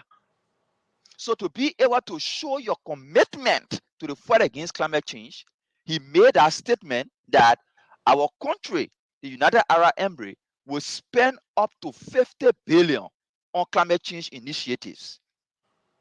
They took that story from last year and sharing it around today that, oh, this is a story from last that we will come to benefit from. The correction is that is the government of Qatar's commitment to climate change around the world. It is not related to the agreement between Liberia and a private consulting firm in Qatar. So, you know, like to conclude, and like Pierre said, on this one, the media did not do good, both to themselves and to the government. Because everybody reading the story based on the revelation and other facts we provided, you know, just see some of these, you know, media institutions as just being people who can just receive anything and publish it. But that's not really the case. I think this time around, they were just misled by somebody they trusted. Now, the responsibility on them now is to correct that mistake. If you can't correct the mistake, there's an indication that you intentionally did what you did. Who should correct a mistake? The media institutions. Oh, I thought you were talking about the government, because the government would never. Yeah, No. you're right. The media But even institutions. one of the media editors said he even asked now for the MOU and they refusing to even respond to his WhatsApp message. I said, They will not they will not respond Yeah. because they already achieved their objective. They use you to do a dirty work at the peril of your own reputation and integrity, and they think they've achieved. Yeah. So they will not I think listen. Mame, I know, Mame, you kind of rushing to go to another. You should be. Yeah, on let me another hear the program. Miata perspective before Yeah, I can. just listen to the Miata, then you can. Yeah, and then Miata, what's your take on this whole thing? You've been around much longer. You understand all these. Are you serious? I've been around. No, this is a whole part of the corporate capitalism, even where it involves our planet. And Ambula, I want to ask you, this blue carbon company, is it an American company? No, Qatari. It's a Qatari company. I see. And they're already in, because when you name the countries they're going, Tanzania and Zambia, I find it interesting that those are the two added countries that the present Vice President of America is visiting. And, but, you know, what do we concentrate on? The lies? I'm not surprised. I'm not surprised. The story of Pinocchio, you know, every time he told a lie, his nose got longer and longer and longer. So we've been hearing lies from our government since 2018. And this is another trick or ploy to let the people know that, oh, yes, the CDC is trying. And of course, our people will jump to 50 billion. They don't even know what 50 billion is. You can explain it to them from now until tomorrow. They don't know, but they just know that big money. So I'm not surprised. I really am not surprised at all. And it just shows the kind of leadership that we have. Someone said to me the other day, welcome in Monrovia now. It says, welcome to the gangster paradise. So that's where we at in our country.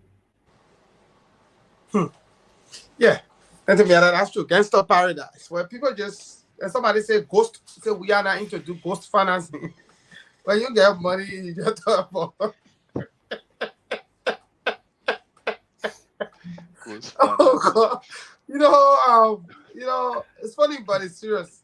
Stephen, can I say something? Yeah, just a second, Daniel. The country is at its lowest. This is the lowest Liberia has ever been in the last 175 plus years. Even during the war, people didn't take us to be a bunch of jokers like they are. Let me just share this story. That Eton financing group that went to Liberia doing Ellington. They were not strange. They went there and they started talking all these BB things. So the first question we ask them is, how do you source the money? How do you source the money? And they ran. They never came back again until the last time I saw them when we have became president. Went there, flew there, signed the thing into law, the hospital ratified it. Yes. And the people could not find the money. People started talking. If a people want to take 3 trillion from Satan, will take it to bail Liberia. Some lawmakers were talking that crap without even doing due diligence.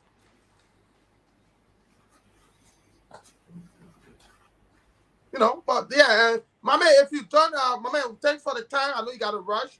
We will bring you back on Wednesday or so. Once you have the time, come back. I'll be sending you the link. You can join us as usual so that we can all be, here having these conversations. But it's been a great time having you here, man. Thank you. Yeah, same thing too. Thank you, bro. Thank you. Daniel, let's come to you. You know, Stephen, and I have to say this, right? Mm-hmm. I think there's a general conclusion within the inner cycle of we are that Liberians are stupid. And that conclusion is derived from the fact that we elected we as president, and so we are stupid. Mm-hmm. Nothing better explains the tendency of Samuel Tuer to frequently show out stupid numbers at the public and think we accept it.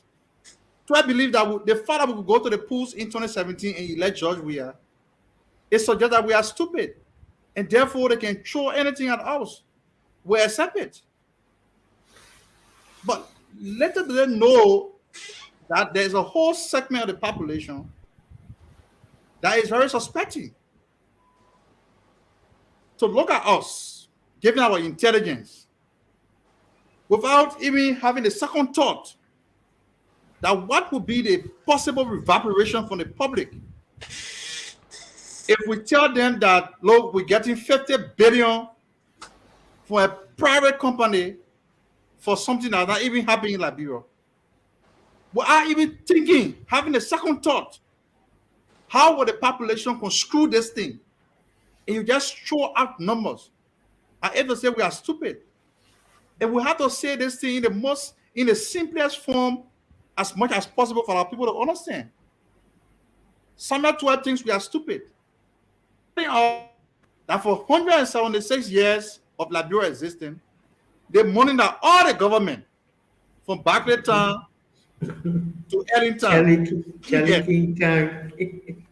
we are telling us that the government has gotten it through a memorandum of understanding of 2 paragraphs that we cannot see. So they actually think that we're stupid. And this conclusion derived from the fact that we elected we are. So they think we're stupid.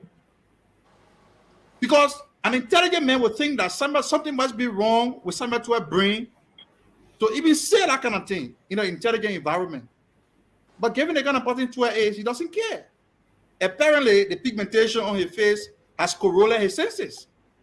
So he's courageous enough to just throw out numbers. Just throw out numbers. He doesn't care. I see this thing as a strategy. Because the government has been pushed on the CIA. Yeah, they've never said anything. Yeah. The government has been pushed on the CIA meeting. They cannot say anything to the population. And the whereabouts of Mr. Weah, couldn't have been established by the government over the last couple of days. He went to America. Nobody would know our president. All the foreign travel, the only thing we get in return are dozens of pictures. This time around, there was no picture. So the people are concerned, but there's no picture from CIA headquarters, nothing. Somebody came in my inbox and said, oh, Joe, we want to negotiate the foreign policy of the country. So I asked him, that CIA can negotiate on behalf of, You go to State Department? These are things that no intelligent person will say. But the only reason why they can say this thing to us because they believe we're stupid. If these people could elect we are knowing it, there's something wrong with their brain. So we can throw out anything to them. So the government is pushed on we are whereabouts. The CIA, somebody told me, a supporter of George Weah, the lady said, George Weah might not return to the country. I said, why? She said, because the CIA finished arresting the man. I said, that's true. To kind of overshadow the embarrassment caused by the CIA investigation, for the first time in the history of the country, a certain president is invited by the CIA for investigation. The government is embarrassed. They say the way to overshadow the bad PR, the business publicizing the trip to America. It was a private something that should have been kept sacrosanct. We publicized it, we're wrong. It was a wrong move. And so let us bring something that PR will be talking for. So yeah. And let me just add this information. We received information that whilst Weah was in Langley, he was confronted with facts about the sanction of McGill and the other guys, Bill and Cephas. He was confronted with the facts. Yeah. And that they are pushing. They're pushing for when the Minister of Justice goes back to Monrovia for them to issue an indictment on those who were sanctioned. That is what we are hearing. So my advice to most Liberians is pay attention to Weah's behavior between now and the middle part of April or the end of April. Just pay attention. When you pay keen attention to the government's behavior between now and the end of next month, you will vividly see it. It will not come out in words, but you will see in action what exactly had happened at Langley. But I just thought to provide that information. So to conclude, Stephen, so there's a clever strategy which has backfired at two ways. Let us throw out something that sounds too good to be true, but very attractive, because according to the people, they don't care. How do you define clever? I think it's just a strategy that backfire, but to say it's a clever strategy that backfire, I don't know how you can be clever than backfire. Of the government, this is the best they could do. Okay, I'll take it. Right? It's not a clever strategy. It's a diversionary tactics. It's a diversionary strategy that backfire. Agree. It's not clever strategy. That's pure karabure nonsense. It can be classified. But they survived on it before. The variable middle understand that Ito and Igbo math, companies that had no financial history, were bringing trillions of dollars here to build Coastal Highway, Bali Island, and our legislature. They didn't survive. Our legislature proceeded without even due diligence. They proceeded to say that even the Justice Minister of all people, to say if the money comes from the devil, to build this country. Yeah, but today, that didn't mean they survived. The end justifies the means. So what happened in the end is the one that determines whether they survive or they didn't survive. It was a disaster. They didn't survive anything. All those strategies are not clever. They are stupid strategies. They succeeded in cajoling a significant portion of the population that Ito and Igbo man were bringing millions of dollars here overnight to build Coastal Highway. Today, it turned out to be a big failure. They succeeded in cajoling seditions. They didn't cajole you, they didn't cajole you, they didn't cajole a lot of ordinary, like they cajole seditions. Not Yeah, like we wrote a research paper on it, and you saw it, Daniel. We wrote a research paper on it saying that the Eton Iboma loan was a flop, and that the company did not even have an office. Daniel, they didn't cajole anything. They're partisan, both in government and outside the government, were just carrying squad who bought into what they did. That's not cajoling. That they're partisan. They will support them with anything. Granted. So to conclude, Stephen, their strategy backfired. It backfired. Why? Because it is deeply rooted in lies. It sounds too good to be true. No rational man with a head well balanced between his shoulder would believe that trash coming from Samuel Tuwe. And this goes to the media. The media has subjected itself to the government in a very demeaning way. Of course, every government will have media relations. Okay, but some of us who are involved with media, when we see the headlines in the morning, the PSA, we know where it comes from. We know where it comes from. So Samuel Tuwe sat in your office, wrote that story. I grew up here. Most of the media guys are lazy. They would not even do edit. They would not even change the story and everything. They just carry as it is. So you get to realize that this story is a pay-for story. It's a PR tool by the government to divert the public attention from the CIA stuff. Again, an attempt to do so, it has backfired. A government that is deeply rooted in lies has no idea to govern. They have got no idea to govern because everything the government talks about is lie. Today, if we sit on this platform to catalog the broken promises, the failed promises of George Weah, we don't have the time to do so. We don't have the time to do so from the coastal highway. That year from Jerry. That year from the Korean train. 6,000 Nigerian teachers to Bali Island and all this now we have promised. Nothing has been fulfilled. And the state promises, even in the 8 months, the last 8 months of the government. What kind of government is this? By this time, we actually telling us what he has done over the last 4 to 5 years. The state promising. One promise after the other. 419, just a game. You be the Mugu. I'll be the master. Yeah, I will chop your dollar. Yeah, Jerry, let's hear for you. What's your take on this whole thing? Yeah, you see, I mean, to be frank, why we are to continue to give God hard time. And the thing I elaborate people is giving hard time. They continue to give God hard time. Because when somebody call me, they say, oh man, they say breaking big deal, and I say, look, bro, do you know what $1 billion means? The people were jumping, celebrating in our country. They say they had Iboma and Eton, they were bringing 500 million. They were celebrating. Now you say 50 billion. I said, bro, stop wasting my time. The entire government, for me, I'm not surprised. They are fake, as the word fake is fake. They have nothing to offer. And you know, when you don't have television to your house and go on the street and tell people that I have television, who you fooling? You fooling yourself. Because if you tell a lie today, you will always want to justify that lie. That's a fakeness. That's a fakeness that they came to pass. When we asked you on the 8 years and said I came here to the mandate was to end corruption, I knew the government was another joke. You go to thank God for Mame for explaining. For me, I didn't believe that because I knew that the government, they have never said anything true. They said, okay, we'll pay the road, we'll get this money. How can you go and say you bring 50 billion in this election year? This kind of reckless, corrupt government. Which investor will want to put a 50 billion in this country? So we are other book and have party. The level of corruption, all of the people, American people came and cried for their money and said, no, we're bringing money in the health sector, you're looting it. Some of their partners are hearing it, you go somewhere. You know, when you lie to the people, you think you are celebrating just for the moment.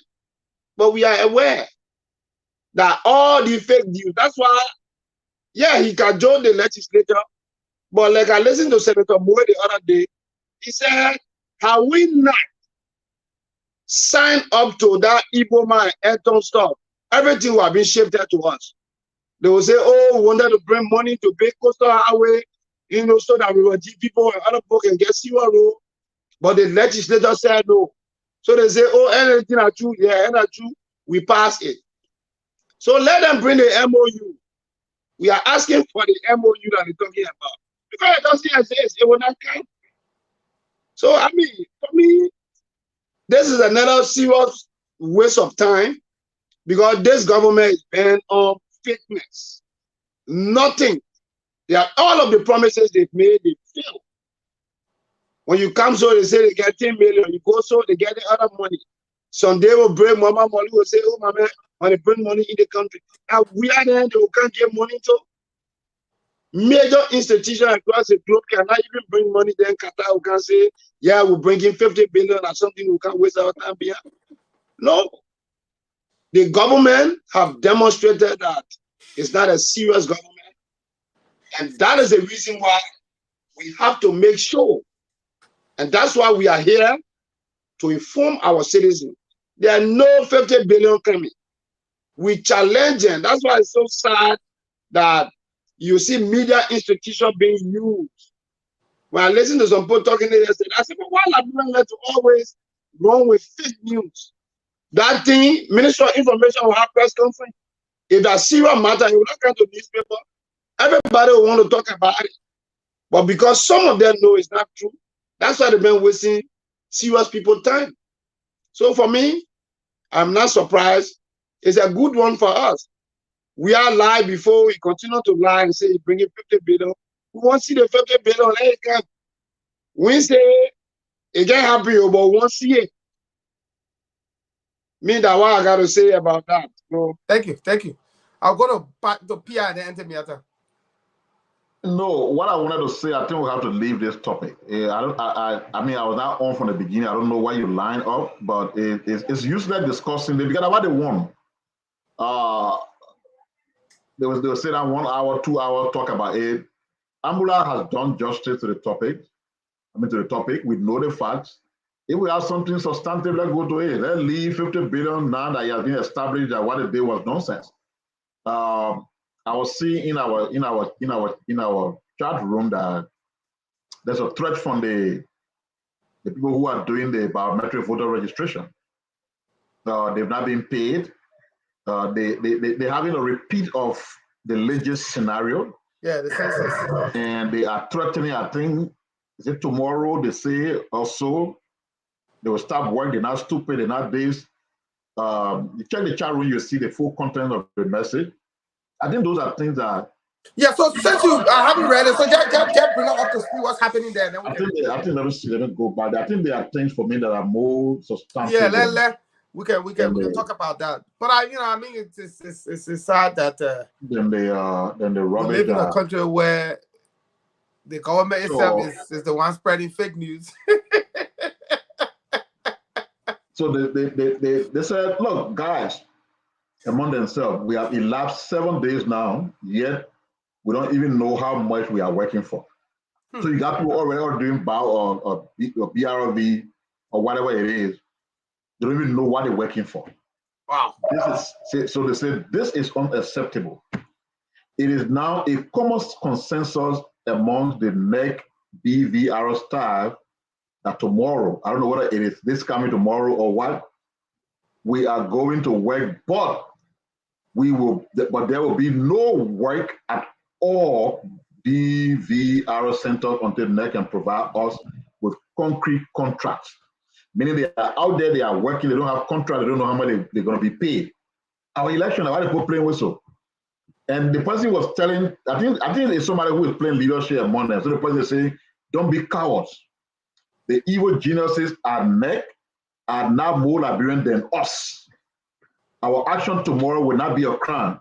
What NEC is doing to us is a gross violation of the Constitution and the labor law of Liberia and our fundamental human rights. NEC is not above the law. Do not be coward in your own country. If you betray your colleague tomorrow, the cross will be on your professional sojourn. Make no mistake, next action is deliberate and well calculated. There's a roadmap to present us with unfavorable and unjust compensation after we have done their work. Okay, and the person reminded them, remember what legends did to many of our friends. Hundreds of them have not even gotten their pay up to this day. There's a same drill NEC is using on us.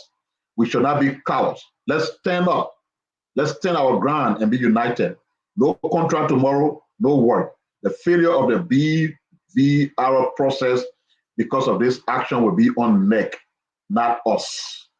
So it was a period of communication among themselves, but somebody who was taking a leadership position, trying to mobilize them into action, based on what they are experiencing now and from the experience of the census process.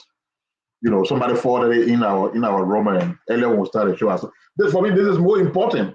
Yeah, it's scary, Pia. It's scary. The lies those people told. Yeah, it's scary that the government is taking these elections not very seriously. And one of the things that irritates me is the fact that we knew we were going to elections in 2023 since 2018. We knew it. So this is not like something that just happened along the way. We should have planned for 2018, for 2023.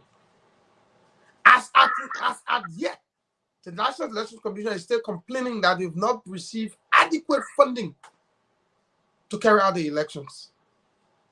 But yet and still, on one hand, you have a government talking about record-breaking revenue. They're collecting surpluses. They have excess money. They're doing XYZ. But the elections, which hinges on the foundation of our democracy, which has the propensity to undermine our peace, to plunge our country into chaos, you don't take that as a priority. You can spend thousands of dollars for president. We have to go on a 48-day useless trip on a safari in the Middle East to watch the World Cup. But you cannot fund the elections. What kind of nonsense is that? How is it that you have this government so irresponsible, no priority, can barely pay salaries? To date, you still owing civil servants. Some people have not been paid since January.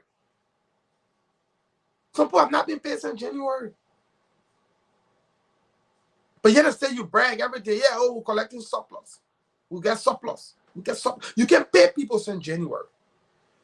You've borrowed more money aggregately than any other government in the history of this country. When Ellen left power, your debt stock was at 900 million. 800 to 900 million when Ellen left power. As at March 2023, your debt stock is at $2.2 billion. Meaning that this government alone has borrowed over $1.2 billion in the last 5 years. And then the question is, show me a single project as a government that you've been able to fund using 50 million, just 50 million project that you're doing in Liberia currently. Zero. The RIA role, you don't even have money to carry out. You're begging the IMF and World Bank to get you money. The 14 military clinic that you built, it didn't come from your government coffers. It was the Japanese funds that were used to build the 14 military hospital. The hospital in... But your quarantine hospital, is anybody using that thing as a hospital saying no. for Corona? The last person I saw in that thing was when you just said COVID. That's in a hospital. If that's a hospital that's being used for COVID, you don't have many left picture and video being it, right? Everybody will post picture to tell you that the hospital working well and people enjoying it. Waste of time. Then you take a hospital and go bury it way in the interior in Bapolu, where the man who came to dedicate the hospital from the UAE, he had to take helicopter to go to the hospital. They agreed to build a hospital. I think somebody explained it on the show. In Cape Mount. Yeah, in Cape Mount. So you're coming from Monrovia, you're going there, it's a paved road. People who even come from Sierra Leone and get the services. Nathaniel McGee was Minister of State. He was a prime minister. Yeah, so he took it to Bapolu, where if I was sick, what kind of road there for you to drive me on the reach of that hospital? No road out down the road for the regional hospital. No helicopter to fly me in there. So what kind of hospital is that? You go build out to the interior where you ain't get the population low. You build that kind of thing where you don't build it in a central location where the people of Bapolu, Bomi, and Cape Maku are benefited, including the people from Sierra Leone. That's what smart government would do. You don't do that. But you borrow 1.2 billion to do what? Just to pay salary. You just borrow money, crediting to eat. And then you go to the bank, you tell loan, you go back or rent. Maggie wanted to satisfy Bapolu, yet he wants to run in Margibi. I mean, He confused. He started off fighting with Bapolu. look at the mentality. Then he left. Then he started building house in Banga. Remember he started building homes in Banga, in Bonkante? When the noise came, he built two houses there in a compound. When the noise started coming, he left from Bonkante, he joined Margibi. That's what happened when you get plenty of stolen money. You know what to do. You just all want the place. You confused. So I mean, yeah. So we're talking about the next issue, but I'm told just in passing, but I'm told the CIA headquarters visit, the Americans are very firm that not only that people should be indicted, they should be nowhere near any ballot to run for any position, and that's a challenge they've given the Weah administration. So Weah can now make or break himself. I mean, make not in the terms of winning any election, but to have a life, some kind of life after the election, because he's in deep trouble, very deep trouble. But the reason I tie this to the election, Pia, is these guys been boasting about money. If you've been boasting about collecting surpluses, the budget performing, when you talk to people for LRA, yeah, we're collecting record-breaking revenue. The finance minister, we're collecting surplus. You can't fund your elections. Election Commission, I think as at the end, they only received $4 million. When you're talking about somewhere around $80 million for the election. No, we're not ready for elections.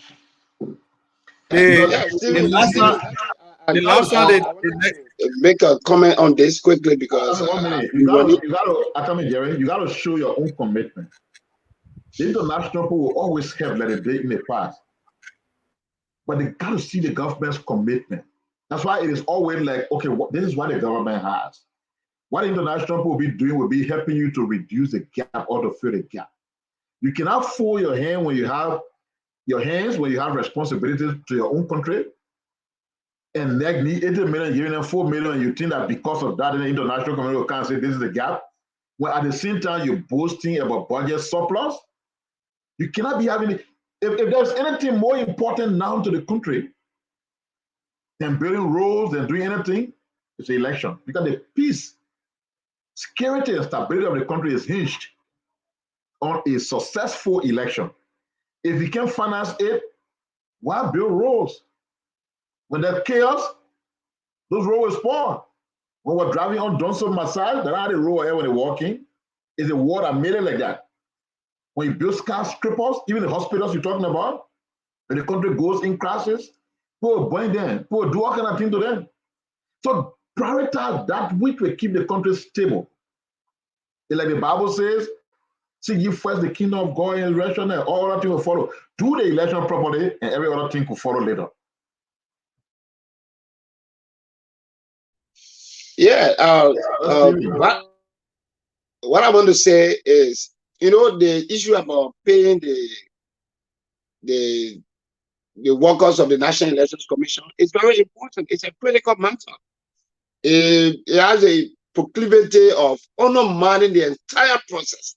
Because what's going to happen if these people are saying they're not registering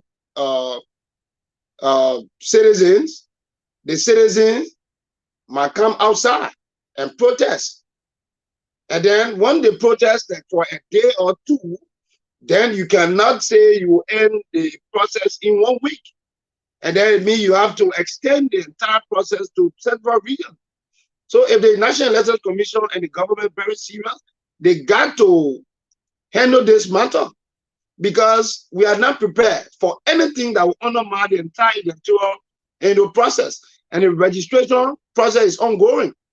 And you have to finish with these counties and go to the other counties. So if anything spark up tomorrow, as being indicated by Veteran Pia, is something that must, be followed carefully.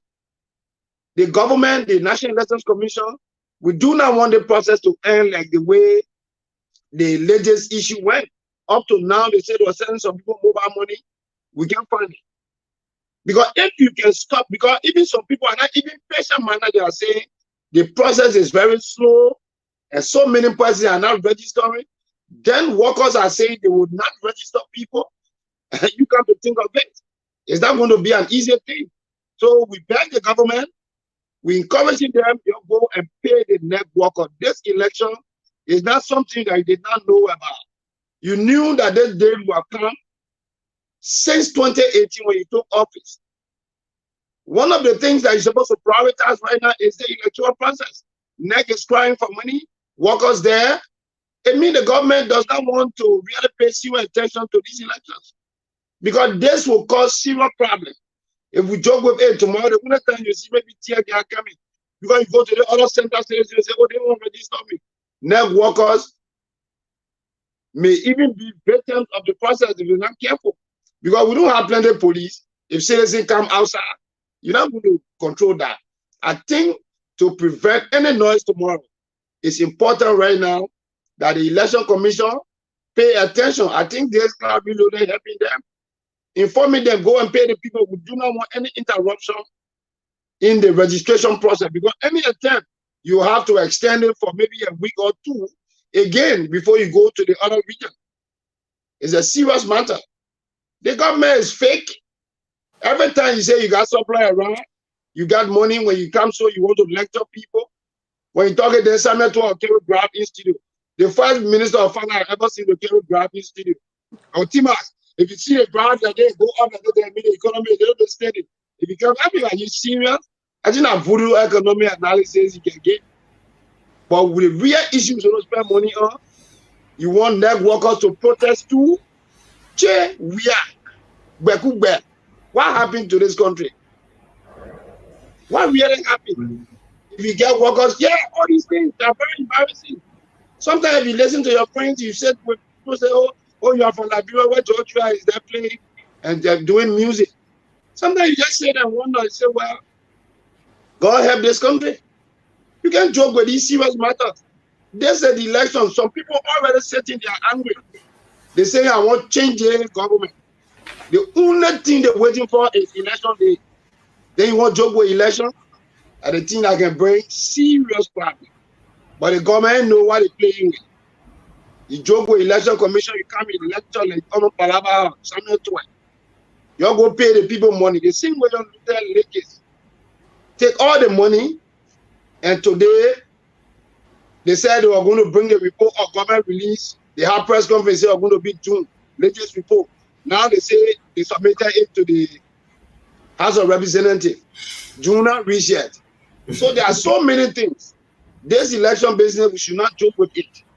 You're going and scary for staffs of the election commission to stop work and citizens come outside. I'll stop the fast, Stephen. Thank you. Thank you. And then Miata? You know,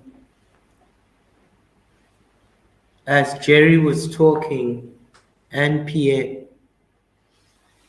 my mind kind of went back to all the times that we've had to use people, whether for religious exercise, whether it's for registration from the time before.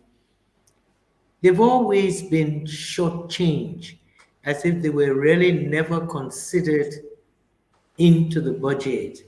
Their services, as important as they are, never seem to take the authority serious in terms of paying these workers.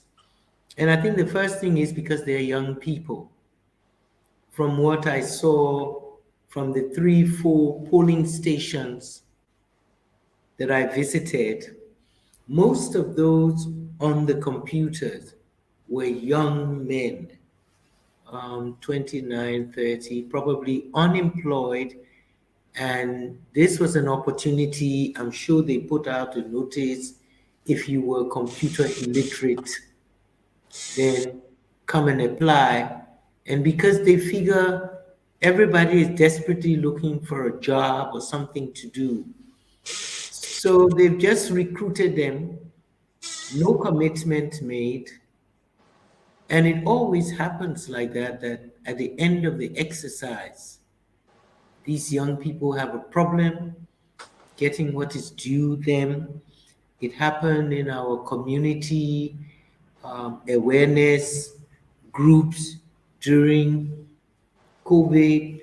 It happened during the Ebola, where community workers and people actually had to stage protests at the Ministry of Health to get their remuneration. Mhm. So it's you know, it's just one of those lingering things where we underestimate people, or we don't think they are important, and yet, you know, they are important. These young people are taking the data, hopefully, that will allow us to have a free and fair election. And, you know, going to work 7 days a week, and the hours are long. The hours are long. Once that young man gets off that computer, everything stopped. In my polling station, I didn't see any substitute for him to carry on. So they're working long hours. They've got people shouting at them. No time to go and eat or take a break, because to even do that, you're going to upset the people who are in line, and they can begin to threaten you and so forth. It's just one of the banes in our society, and it's unfortunate, you know. That's how we do things in Liberia. That's how we do things. You got a long way to go. We're not ready yet. Yeah. We're really not ready. Not ready. Because I'm saying, NEC, you knew at some stage you were going to have to hire, let's say, 7,000 young people with IT information. You knew you were going to. So what was budgeted? What was budgeted for them? And why would you begin an exercise when you don't have money? Why would you begin the exercise if you don't have money? You know? So it's a very serious thing. Someone was saying yesterday, well, NEC will have to extend the voting time. NEC is not in a position to extend anything. The equipment does not belong to us. The equipment was loaned to us by another country, and they want their machines back. They want their machines back. So They we better, can't get. they better start negotiating with them now, because they will postpone. That time not enough. Well, I mean, Pierre, you want to tell me you and I, Stephen, all of us on this show, that we have more of a perception that the 1 month was not going to be? I mean, are we smarter than the Tipla Reeves? Tipla Reeves is a lawyer. Deviator has worked in the Elections Commission before 2018. She's worked in that institution. How come they couldn't figure it out, or they can't figure it out? You know, I don't want to think I know better. I've never worked in that system before. But they're working within the system. It never occurred to them. Maserado is a huge county. For heaven's sake, how do we register Maserado County, Cape Ma, Bomi, Bapulu? They should have thought about that. But it seems as if Just the fact that somebody is Tipla Reed and they are considered doesn't mean they're smarter than Intimiata or Stephen Johnson or Jeremy Pierre. I don't mind that. Those are just. I don't mind that. No, I like to give credit. I like to give credit to my friends and associates, and you must, individuals who have been in public service more than even somebody like me, I must give them some kind of credit of being able to think, even if they are working within the CDC government. You see?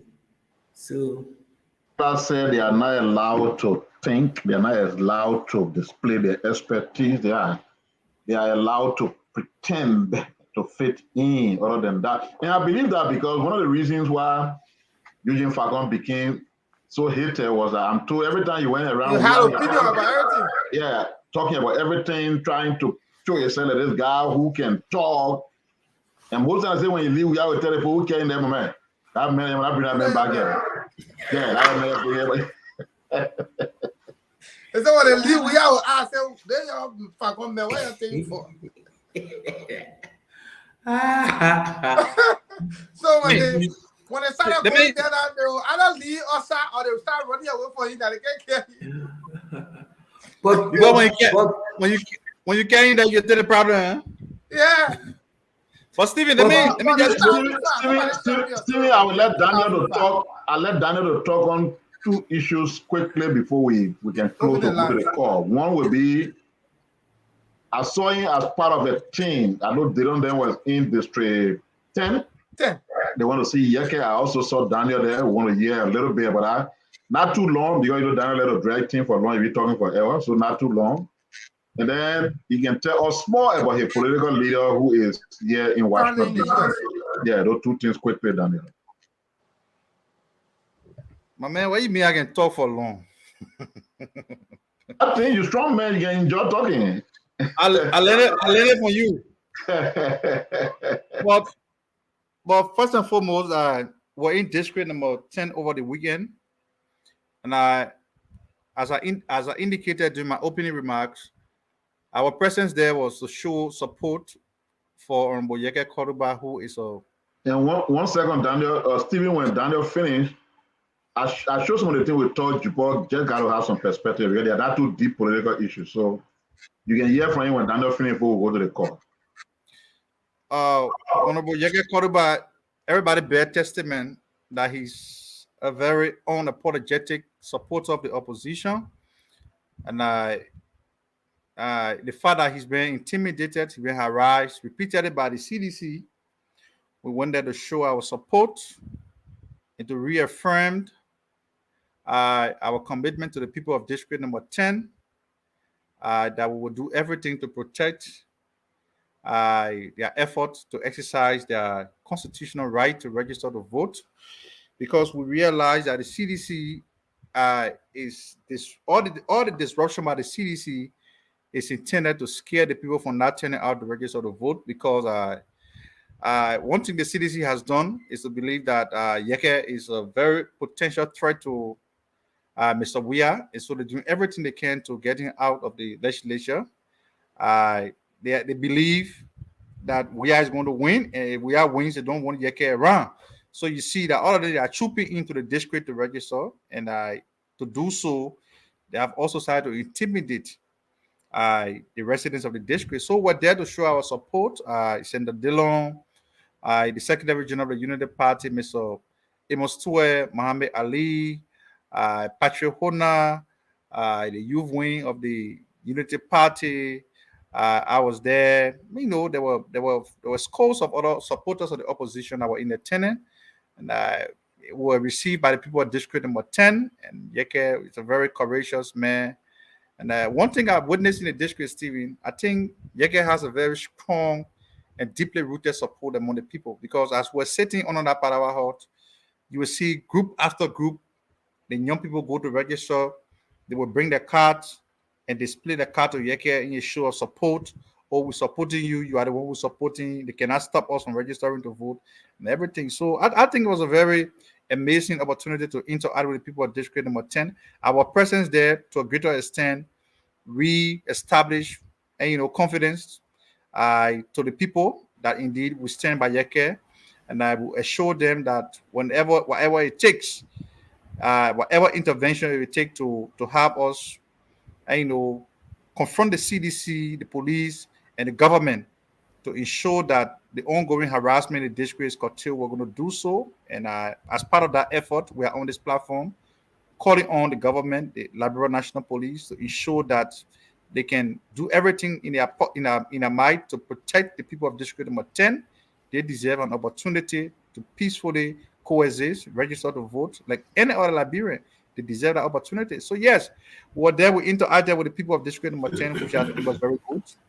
But importantly, the political leader of the Liberty Party and Senator of Grand Bassa County is in the U.S.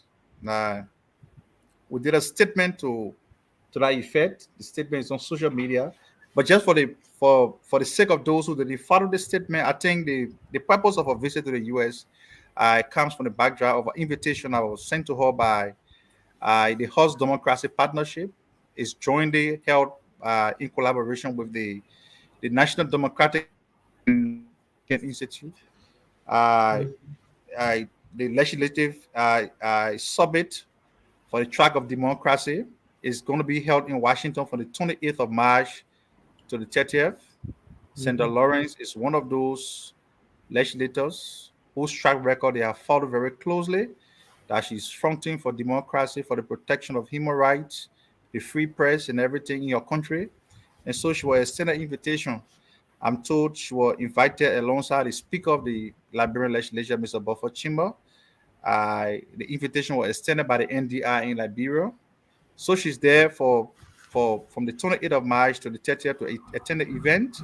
We also arrange meetings on the sideline of that event. She's going to be meeting other high-profile officials of the U.S. government, like we indicated in the press statement. She's going to be meeting the Secretary of State for the state of Maryland, Susan Lead. She's also going to be meeting with the Department of Agriculture, and she's going to be meeting with the Chamber of Commerce of the state of Maryland. All of the conversations are geared towards leveraging the partnership with the state of Maryland to back home in Liberia, support to agriculture, youth empowerment, and the rehabilitation of young people. That's the focus of her visit. And all the conversations are geared toward. She's seeking support to begin to support the projects across Grand Bassa and Liberia at large. So yes, it's a good thing the senator is in Grand Bassa County. Maybe in the U.S. Maybe on Wednesday, if she has the opportunity, we'll take on the line so she can interact with the audience directly. So thank you, Stephen. The office appreciate the opportunity so that we can further highlight the visit of our boss to the U.S. Steve, can I quickly? Do you know whether Speaker Chimba is here? I can speak to that. Please find out, because somebody told us that he can't come to America, so I just want to know whether he is. No, he came here the last time. He can come. Oh, you were here? Yeah, you were here the last time. Oh, okay. You know, they come in under that diplomatic meaning. I come in as regular citizen. Yeah, but the conference has been held in Washington, D.C., so he's not going to cross the 8 miles radar of the venue he's going to. And then the other you beat it. Look at me, you're talking and the thing is off. On top of what Daniel was saying about the Yeke solidarity, Daniel, if you could pass on to Honorable Yeke Koluba. I have been asked by some of his supporters in the diaspora for him to supply a cash app number that will go directly to him. They don't want to send it to anybody. They want to send it to Yeke for him to be able to cause more problems. Okay, so let me try to see what I can get him on the line directly so you can deliver that message. It has to be sent with, because you will not have cash app. I think cash app is based here. Yeah, he got. I show on the person has a Lone Star number. Let me see what I can get him. Yes, directly to him. They don't want no third party or second party.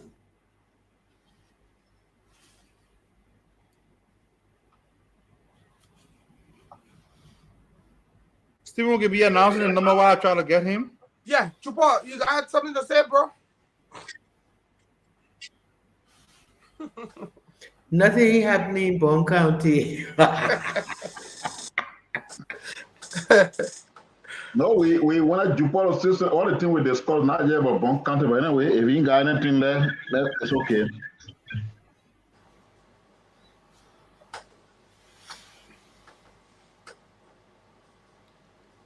No, many cash out now in Liberia.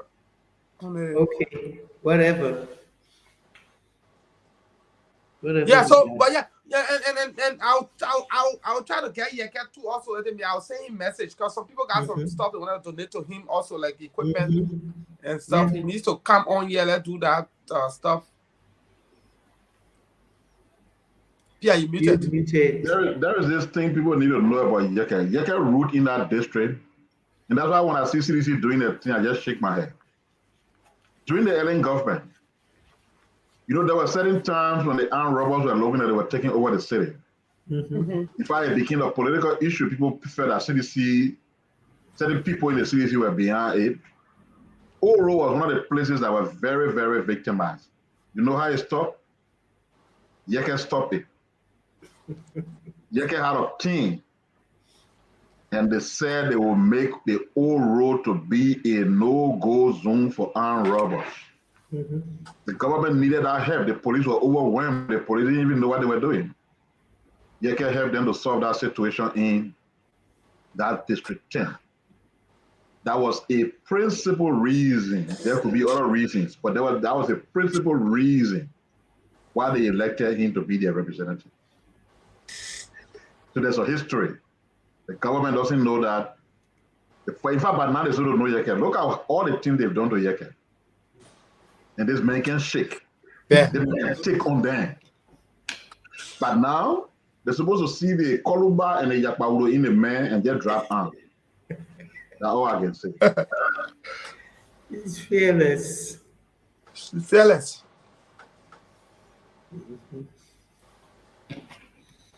Support, announce the numbers. So the numbers to put you through this evening are 0887 04 36 60, 0887 04 36 60, 0770 47 2019, 0770 47 2019. And those in the diaspora can call us up on +1 401 688 8266, +1 401 688 8266. Again, 0887 04 36 60, 0887 04 36 60, 0770 47 2019. So should I start from my side? Let's get this question. Hello? You're having a program, please go ahead, Chief.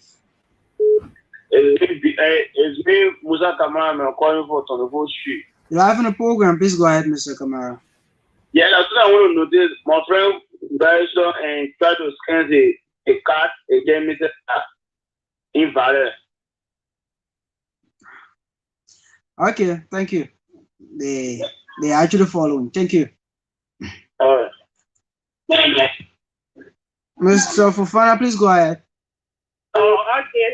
Thanks so kindly for the recognition for the listening audience. I am Cabinet S. Fofana, and I do join the conversation this night from Clarata. I am a member of CYM, and my goal is to make George Weah a one-term Boca Denso so-called president. Thanks so kindly, for the topic on the discussion this evening. This is why some of us, we love to listen to this station, and this station will be our station. Even the day we'll be dying, they will be burying us. I will say, we should be buried with 98.1 rating over our casket. Okay, so the issue, this gun time, I would like to speak, the incident that Sidiche took, the gun time at district number 10. No, not be sincere. Our opposition brothers, they are not doing, Honorable Koluba justice. The kind of thing now that is happening in district number 10, who told you that they are not human beings? Those guys, why they stood that they are a group of armed robbers, they are rebels, they are a group of criminals, but all of those things they can be doing, if you go counter-react to them, they will see reason for all the things that they may doing, look at what the men get about boys. We have shown back in the days that we used to why they call Astakaba, why you used to see the men get for that thing, going from one place to place that what they do now, the men carry some up back in the days.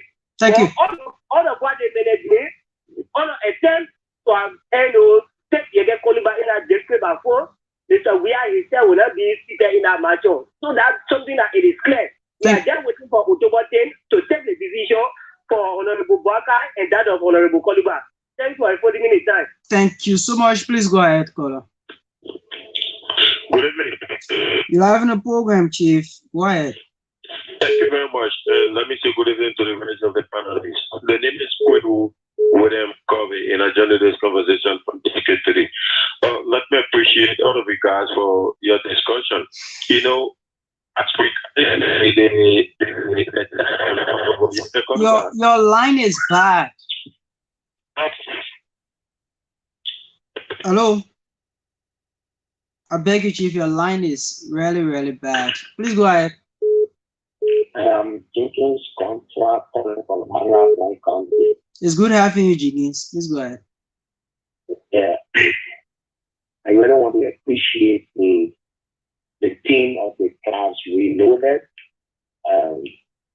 Every time since I've been listening to this station, it makes my day. And I'm sure and 100% convinced that the GMB movement on the next 2023, no matter what type of devil we stand, one thing that I know, the darkness and the light, they are of no resentment. So the light will shine in the dark. So I want to appreciate whosoever that forms part of the GMB movement and making sure that things will happen. Thank you. And in the case of the Yeke Korba, he is my politician of the century and of the decade. I know what they are doing in district number 10 is just a man-made joke. No matter what, and the Yeke on the make district number 10 the district that is to be in the Republic of Liberia. Thank you so much. DJ Lomé, please go ahead. Hello. Yes, DJ Lomé, please go ahead. Thank you very much. And let me say good evening to the panelists from my end, Daniel Tano, Honorable Pia, Stephen, and the rest of our ATM water, Meta. Let me say good evening to you people from Liberia. Look, this country, we are going through hell. Only those that feel or the few that in government, and we say this country is progressing. That still extend my comment where and President, we have other people to can't bring up and fake news. Where is the 50 million that is talk about after the 48 days that President we have to have? But let's remember that Honorable, the party chairman said it. He said, anytime the President go outside, he only go and negotiate for himself. When I'm Monica, Mama said it. When I'm Monica, the President can take it and pay houses and do a good thing with it. So it's trying to cajole that because of election, we shouldn't be surprised for them to say, President, we are saying you will bring up playing for like drugs, for calling air like drugs. Those people that are a bunch of criminals, and nothing good can come from all of them until we retire them. Thank you. Retire the people. Thank you.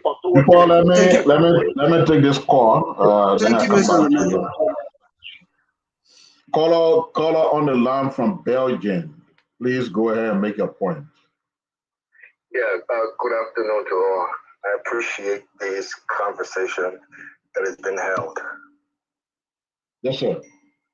Yeah, well, I would just like to address a basket of things, most specifically to the unprecedented nature of how our president was invited to Langley. First and foremost, I really need to understand the in and operation of the CIA.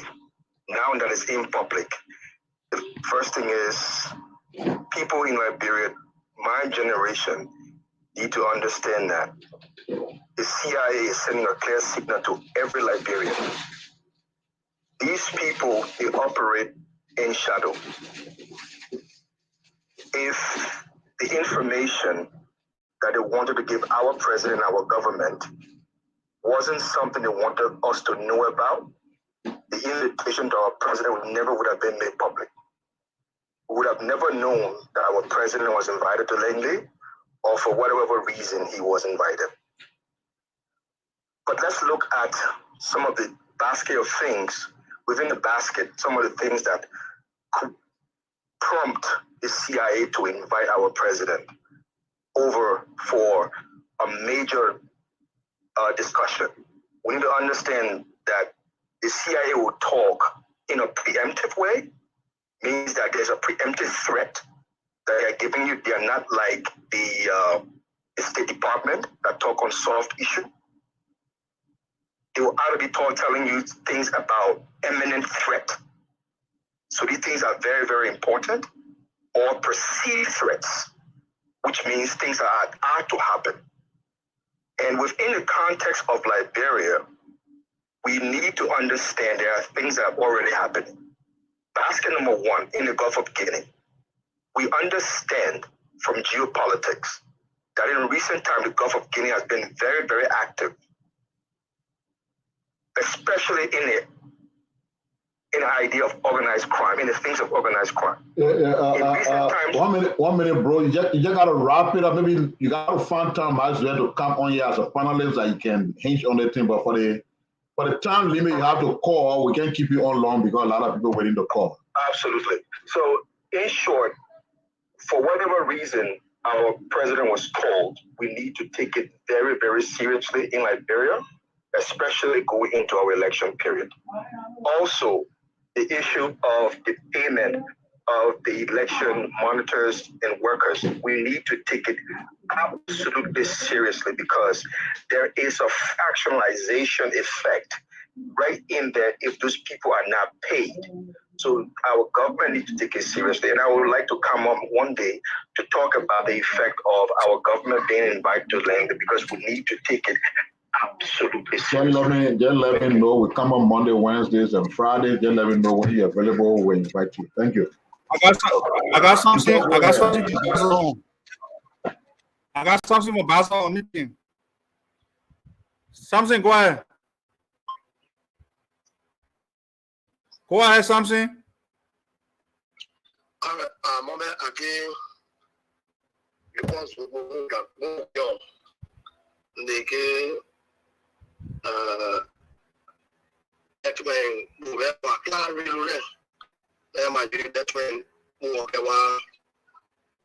ara tijere mo fi amde ke adiga mo Daniel Sanu adiga mo je limepia adiga be omo sejege to pobije adito le wani ogiani adima ne miata formule mi oni pio como pio ke wale o que be o babula que sigue Navidad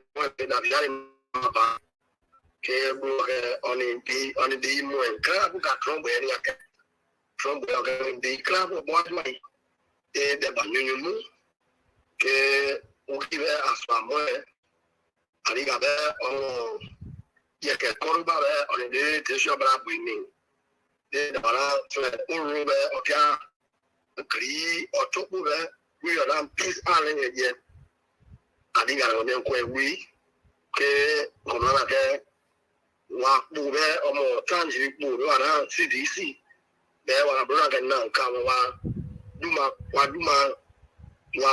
bu ku de ni ke wa momade ye ke korba wala mari ni bu omo e be de omo ni akwa ga ni be wa kama wa ke ma le ni bi point ni ni bi point mo wa mu jo jai ko apu ni obi kani mbenge pumpa wa ke gabe wa ku kenye wa so ku wa kunye wa yibbe ni wa wa jaro pali wa ke o bu pa cha wa ke moni cha ni na tu mo ka ni so ka tirati nye ka ni so ga yuni mu ke ti nye ka wa ni APC mdo le abriye ka wa ni mecha ke wa pa wa ura tu ke na bia obabu ya kembe wa dam polisi wa jiba kwa la hiko sebio kigani wale maduka ke wa puanga so bwe ke wa be maji ke adiga mo Daniel Sanu ake adiga mo daro telo demo nyobe wa ke braga fe be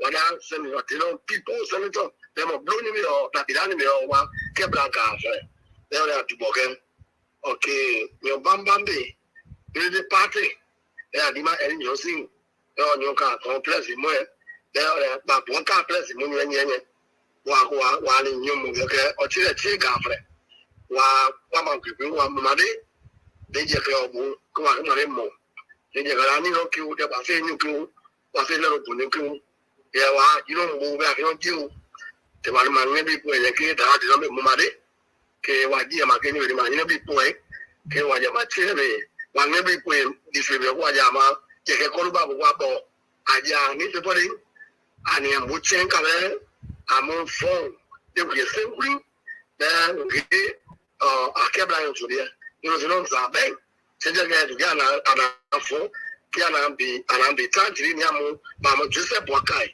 mo be tantri ndeke what okay do ga o present was we say me adiga da no sanu chia ne bo we on ka be ade nyo bi ka nga mo America ku yo mo aso mbi osere obita amutu kasa kula mo le bonna mo ko America players America ko na dani e mo kebra yo fere wani America wa da ke adima mo dire te wala Washington DC yo mo wa ne bulo ti ba fo fere mo te be wa bria wa ko na bu fere be ke de adima ni bi ka mo o ji so e ke de wala Maryland de wa ni bulo ti ba o fere de wala Maryland ya adima ke mo okay Maryland okay ni ko na okay kebra ni ni wa ke ji cheje ke wa ke doti ni wala ma wala ni adigaro mo wala secretary of state mo Maryland mo bi obimo omo chere che gafle ko afre be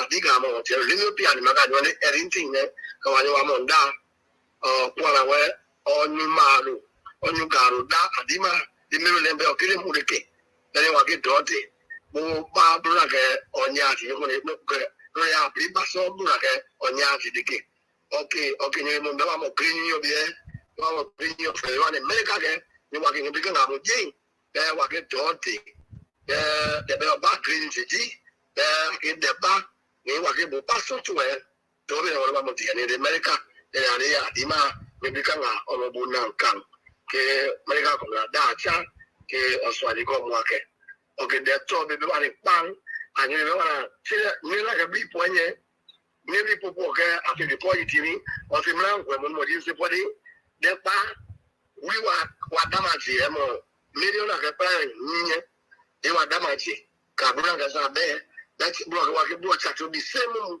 no ke ni bi po ko na mo ma wi to je wa to million ke o nye ke million no ke o se bro mo ba da fe lo nye be okay ko de be ya na ko mo ni aka bi da fe ko de wa na ba betri omo pamu fomu oku abe wa na nyenye de wa kia le buya na die we de wa ka le burezu wa idwe ne pa be wa dia de wa na ko mo ni bura ka mo na de se ko dudu ka ko be nko ke ko na di fo wa yi fo wa to le wuri wa ka ko to ba en ko na ka mo de o ke du le we wa le du ni chen ko wa le bi se ni mo ke wa wuri wa yo mo dara ni mo wa ni fese se wale mwa kuso se sonto yidwi wa ke le wa se maka ni wa ke awa ni se na ka le bera ke so na yo ma puru ba da na sa ko wa ji lo ko wa ne ku ye wa ke simide ni ku rai so la bo de bo ku ma ka ji o ka le be so bi oni ku ma ji mo to ya wa le se wa ji se ko la da ma ka ya to fo ke wa wa ma se me ke wa ne baba ke de ku bi ke wa le ku ye u bi la wa ke e go ma la bi mu ni wa de be mu ni te ba mo ake du de won we ko ni la bo ake tu wa do we wa de ta ka ko wa ni nge du ya ni wa bo ake ni mo fu fa tu de adi la che mo ka lu le ko mo fi ona wa pe ni mo de ko di ga sa fi mare da ni asan no ni amojin akaba se le mi pia e we no ya amojin zo sanse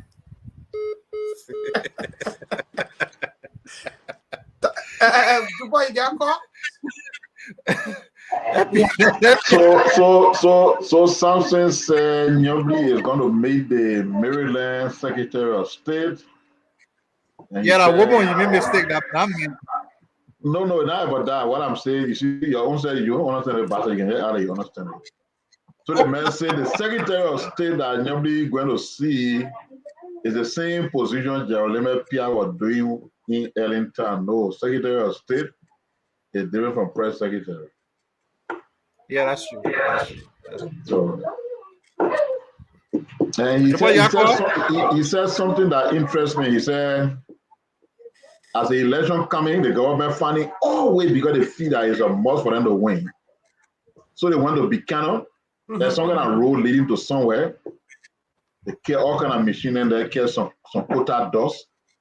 See the facing road. The man say the way they enter the town, you have to say rebel invading the town.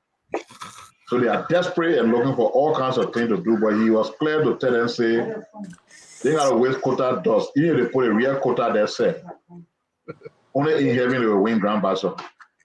So they will keep their money. Chupo, you got calls? So, call on the line, please go ahead. Yes, I'm calling from Nimba. It's good having you. Please go ahead. Yes, I want to appreciate all of you for this information. Monday, Wednesday, and Friday. Some of us, our concern is the president is out of the country, has gone, I don't know for what reason. And this happened before in Panama, when Panama president was taken away in America for ugly behavior. They said what our president was taken to America because some of us were concerned. Even though one thing is obvious. That's why we decided to ask questions to find out. Why the president was taken to Monroe? Okay. We need that light on the place. Okay, thank you. Just keep following. Please go ahead, caller. Hello? You're live on the program. Please go ahead. I'm Ivan Kane calling from Rural County. Even President William, what I want for you to do to resign, to go contest this percent, the work of Leke Culver will beat President William. He will never put any politics. We know what he can do. Thank you very much. Thank you so very kindly. Please go ahead, caller. Hello? You're live on the program. Please go ahead. Okay, thank you very much. This is the prophet Ikele Snaro. I do join you from Bikano Grand Bassa country. For those that are in the diaspora there, and in the United States and the other areas, the news is circulating that our president, he was invited by the CIA, which the American government value is going there, and so he set it out with this government. That they are already made some commitment and some 50 billion for Liberia to benefit. So I'm asking, because we had a division, what are some of the things that the president went for, they can try to update, and we told them that they went there, and there are some cards before he drugs, money laundering, and then and human violation. So they said we are lying. So we really want to know why the president went there for, because we calculated that Liberia will benefit for 50 billion. Thank you very much. I'm a concern this evening. Thank you so much. The 50 billion news is not true. That thing is a beef flap. The 50 billion. GPR, you taking call as you continue. Let me take this person who just listened to something and he wants to speak to the people in Loma. Go ahead. Normalement, dans ces lieux, d'abord, Massaboué Fassama, Gazini, Witazueta, Rawisu, we need to put the class below, Nagayana Spiro, in a pair menge, not to Bumroga Wita. I don't make Tazini, George Weller Blana, Witazu, Nitugema, Edabuni Adama. Kapro Zira, Zira, Evare. Mamo Giagana, Nito, we could get it to Atubo, other than a many. Other dogs, permitting on it to with Ferrer, Silver, Tina Melinga. See, thing on the Tubogada, as a Pomali, UAE, Elia UAE, and the Tasu, Women Face Yaga, Elila Labra, Totabo Silvegas, Yamkagana. Nagagla. The Tesma Senator Yombri Canapé Grand Bassa County. So now Motasa Prince Roger Witazo, Tatana Witazu, Tazusu, anything on the Pate, Topple now Witazu, that in the Tiape, that ni Manega, the Tinga, the Tiazu, and I use the Malaburia, the Enao, that Magae, Nitkatiazu, and that person of Potago. As a badly, Yakakuba, now going to Agalas, that is Namalo Fatante. CDC, Tais na pere, we are willing to radio, Mungini Matesma, Voices Alarazu, Gia Natales, Gia Natales, CDC, to Tais, Coticipina Mazu, so to Tambusuga, it is in Jaralime Pia, Johnson, knitting our baptism, reading Guinea. Business or Tikezuga, to Tambusuga, to Ade Latiboma, Adili Yaka Wabe, Ade with Tizuma support, the Ade Latuma, Adoba Tobla, Tobla, 5 boys with that. Nanogas Kubo, at the willow, Radova class willow, gas Ita, Dija waiting on the boat, and in a pair, airs waiting on Sunita Mena, Gatamina, working at the boy at the willow. Manera. Waiting, Oga Kunapu Kailo Soa. Urive, Alulo Langia, Ukraini Zorotisma Votu Bule, Yakurena Zorona, and I will take my ID card. Korea Ganatisma Votu Rena, Yasolana, Elifusa. Joe, we are the Taganuago Ganua to see the government tomorrow. Alekega Kona Dulgo, Alekega Kona, the Kona Bessas are the soup. Vozaya Wazu. Managa Adri Abdul Langia. Jetibla with the Supreme Dasiri Kabasabo to Flora was Lopatante.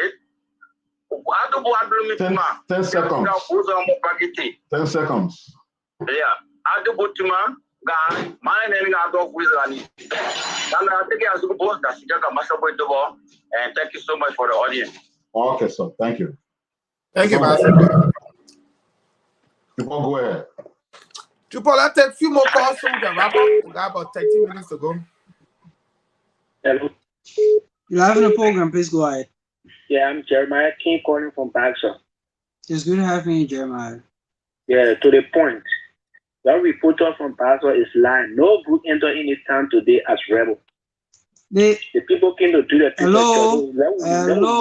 Hello. They will monitor the job. Hello. Yeah, so they didn't say people do I can understand, but from interpretation they said people came there to do some road rehabilitation work. That's exactly what they said. Yeah, but the entering, he said that they entered the rebel. They probably not interpret that into English.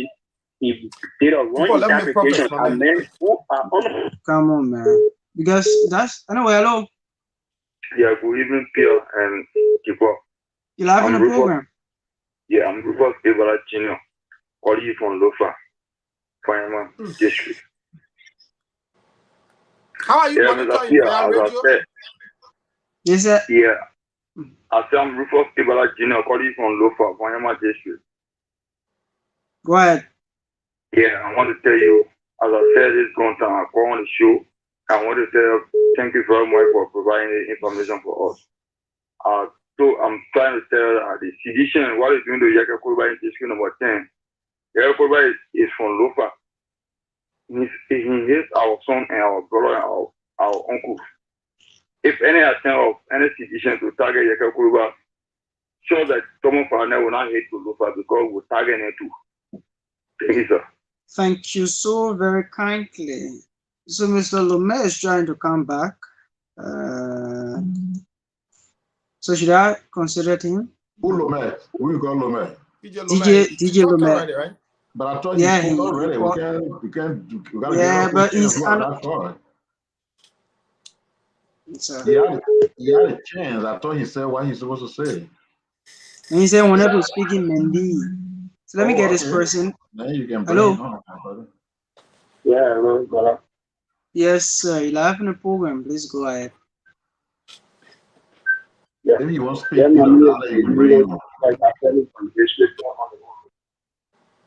Please go ahead, Chief. You have just a minute. Yeah, there's two things on my mind. You know, today, as a center for greater war in Chiba, we went there today to register. They told us that as a swap paper, they told us that the biometric agita was finished. And for that up to now, no one put up the last print and no one let it up the last print. Because no biometric and car. And we are asking you to explain the car in district and so every day when we go on the lab and we will be running away from the lab. So we need to explain the car in district. Thank you for the opportunity. Thank you so much. Thank you so very kindly and yeah. Okay, so 2 more persons. So let me get this person. You're live in the program, please go ahead.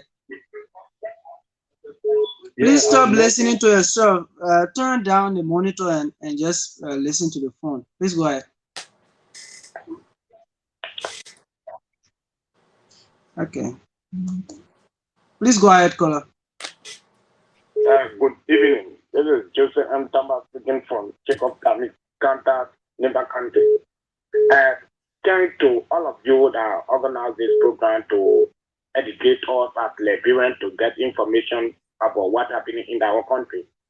And the most focused issue on this as Liberians is about how the government is proceeding on the Kolba. As the previous product just said, you can hear from Lofa. And we the Lufian, we don't want anybody from Lofa to be here by anybody because we don't want such an issue to call to say this is the Lufian that bring this problem in this country. So we are calling on the government to protect the girl to gain the right, but the citizen to live freely in this country the way he's supposed to live. So the government should provide that together to him, and he gave you that his right as representative of the district to talk with his people, to lobby with his people to register, to get registered, so to October 10th, so they can vote in. But if any attempt by the government at the previous government, we don't want it to call the DC and the lawman. We know the lawman has our trust. So anything that here, then he hear us. So we don't want such a thing to occur. Thank you. Thank you for the program. We pray that you should continue to get this knowledge to all, to provide this information to all. Thank you so much. Thank you so very kindly. So you're my last caller for tonight. Thank you. Pia, you got call there? No, but I thought you said Jesus started calling before taking the last 2 calls. So yeah, I know. I mean, for his end, if you got one more, we can take it. But if not, then we can just wrap up. We got 7 minutes to go. No, that's okay. Yeah, it's been a great show. It's been a great show. It's been a very educative show, as the last caller indicated. We come here Mondays, Wednesdays, and Fridays to share our view about Liberia, to provide a perspective about situation in our country and give our people the option to be able to make an informed decision. This is why we come here 3 hours every Mondays, Wednesdays, and Fridays to talk about Liberia. And then Miada will be here every Monday, everyone Pia will be here every day, Jupor, Daniel will come here. It's not that we don't have anything to do. It's because we value our country more. So we think that by making the sacrifices for our country is far more than our own personal, livelihood. So this is why we sacrifice it. And so when we do that, we also expect that you will support us. Some of us been spending all of our own pockets to do most of what we do on the show, thanks to some other philanthropists who've been helping other people. So we're seeking your support to be able to expand this program to reach other radio stations. We want to reach a couple of new radio stations across the country, at least in the last 6 months, stretch to elections, so that we can be able to cover enough landmarks and reach as many persons as we can. It's been a great show. Let's in 2 minutes each, let's do our closing. I'll begin with Jupor, then Daniel, then Ente Miata, and then Pia will take us home. Yeah, so I just want to say thanks to everyone for the show tonight. It was actually educative. And over the weekend, I don't know as to what I can throw some more light on that. Yeah, quickly. Okay, so over the weekend, that guy who normally call on the program about the leg issue. So I actually had a weekend trip in Monrovia. I went there, I talked with him, and I did some live interview with him on Premium FM page. So you can follow it and you actually see everything. So it's actually real and his condition is actually worsening. So yeah, so that's it. And thanks to everyone again. Thank you for the update, and we kept in touch. And I spoke to a friend who is a medical doctor in Monrovia, and he's been speaking with him. The guy to come to GFK. I think the guy been refusing to come, but I hope he can come to GFK so that they can do an assessment of what is happening, so that we can know the cost and be able to see how best we can help him. Lapu has sent me $50. I sent it to him yesterday. Once Jupor confirmed that he was actually going through such difficulty. This show, as we say, is not a place where it's not a philanthropic show. We come to talk politics. We come to talk about Liberia. But in the meantime, when we can, reach out to some of our ailing compatriots, we will definitely do so. So his situation is serious. Jupor confirmed that. I asked a doctor friend to speak with him. He did call him twice. And they're talking and hoping he can make that trip to GFK so that they can do the evaluation so that we can know what exactly we were talking about. Yeah, Jocelyn Petico, the Zelle number is the same as the cash app. Let me repost that for you. Yeah, let me go to you, Daniel. Daniel, your closing thoughts.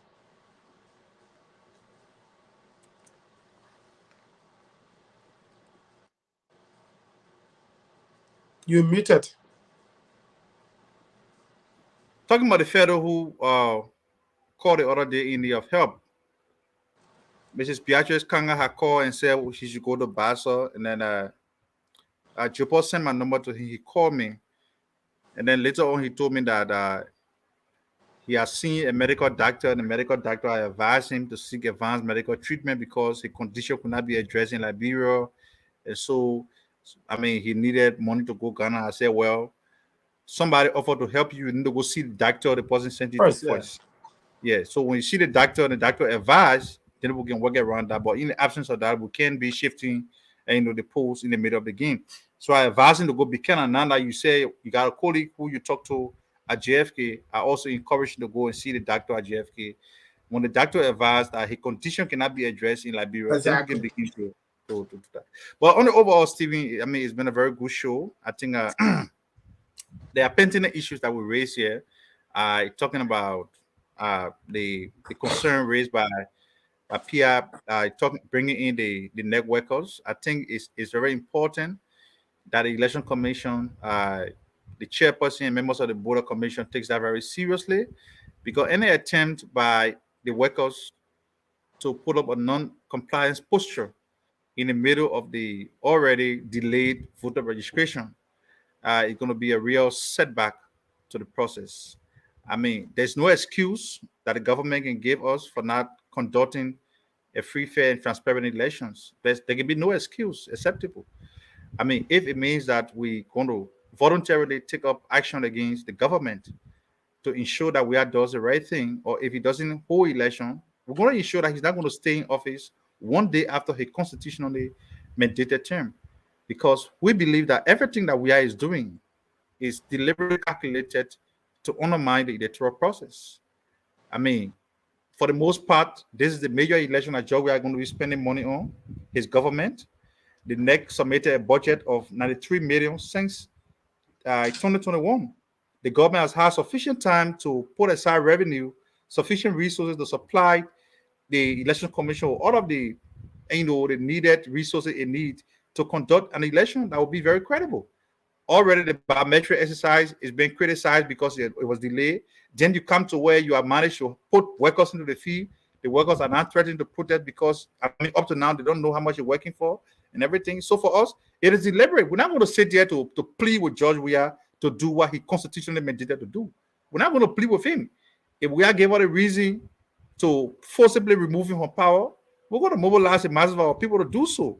We're not going to beg him. He has a constitutional duty as the president of the country. His government should support the work of the commission. If they fail to do so, we'll have no alternative. So those who think that we're going to be pleading and sucking up the job, we have to say, oh, please support the election commission. Please do that. We're not going to do that. It is their constitutional responsibility. This also goes to those at the commission. You have a work to do. If we are undermining the work of the commission, when you go out the legislature, you have to say it.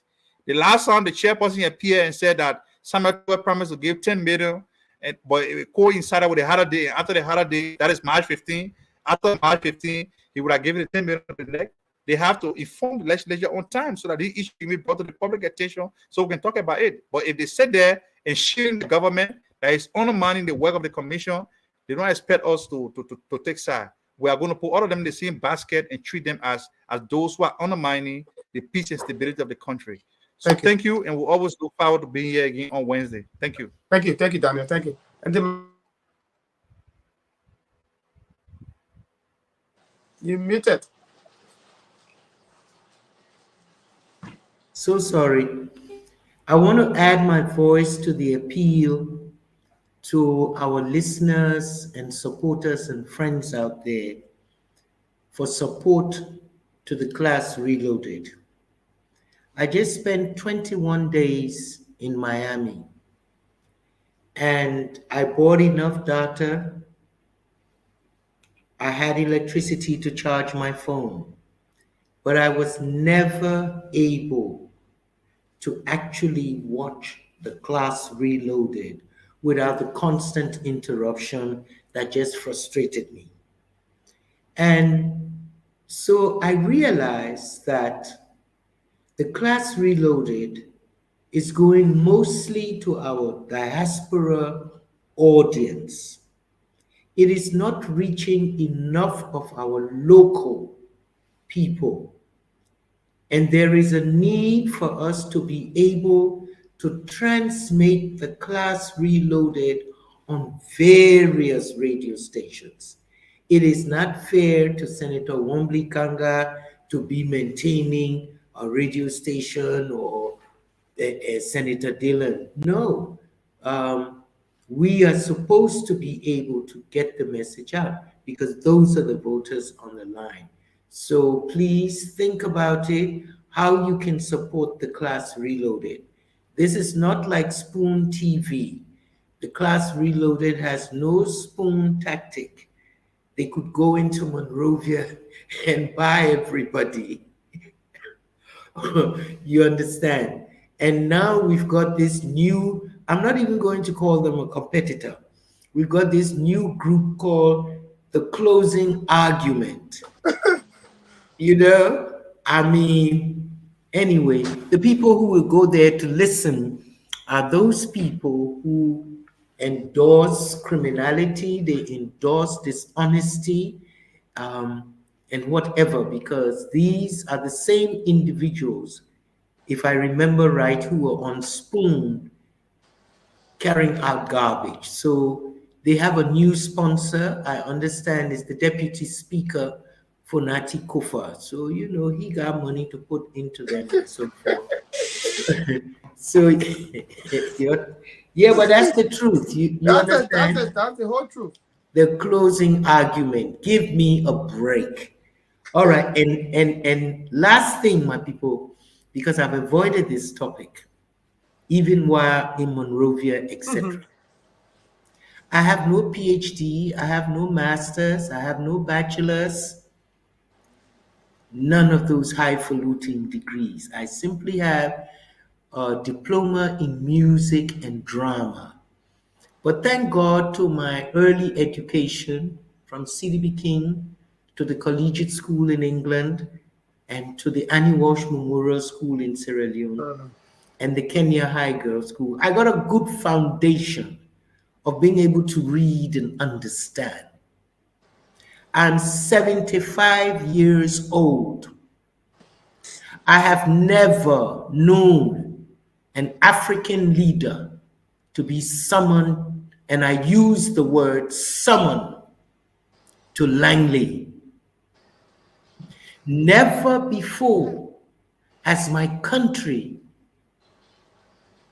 been put in this subservient, humiliating position, and nobody wants to talk about it. Liberians were avoiding it. We know why our president has been called to order. Call to order. A smear on our country. A smear on this nation that inspired all the other African nations to want independence. It is not a joking matter. It is a serious matter. And people need to ask directly, what was the purpose of our president going to Langley? And what came out of those talks? Because even if it's an agreement on AFCON or the Voice of America coming back or blah, blah, blah, and all of the different scenarios that people might try to paint, Liberia, we have to know what we are in, not to be guessing and speculating. So I'm watching. I want results from this Langley meeting. Thank you. Thank you, Ademiada. Yeah, take us home. Well, I want to thank Ambulai, who was here earlier, for exposing the CDC and her lies. There was something called 50 billion. Even a madman would not have believed that kind of nonsense. I want to call upon the Election Commission to take this whole electoral process serious. You can, everything you do cannot be filled with controversy. You are at the point of doing voter registration. You can't pay people. You don't have no contract. And these are the people who are collecting important data that you're supposed to use during the elections. If money was not available and you're not ready to start, don't start. But don't start something that is not done properly, because then it will not serve the purpose for which you're trying to do it. Yeke has shown to us, as we move towards October 10, that resistance against gangsterism is possible, because that's the only tactic the CDC has resolved on. And Yeke has shown that we can defeat that tactic and beat them in elections. Let's follow it. You asked for Yeke send wave. It was sent to me by Mr. George Nugu.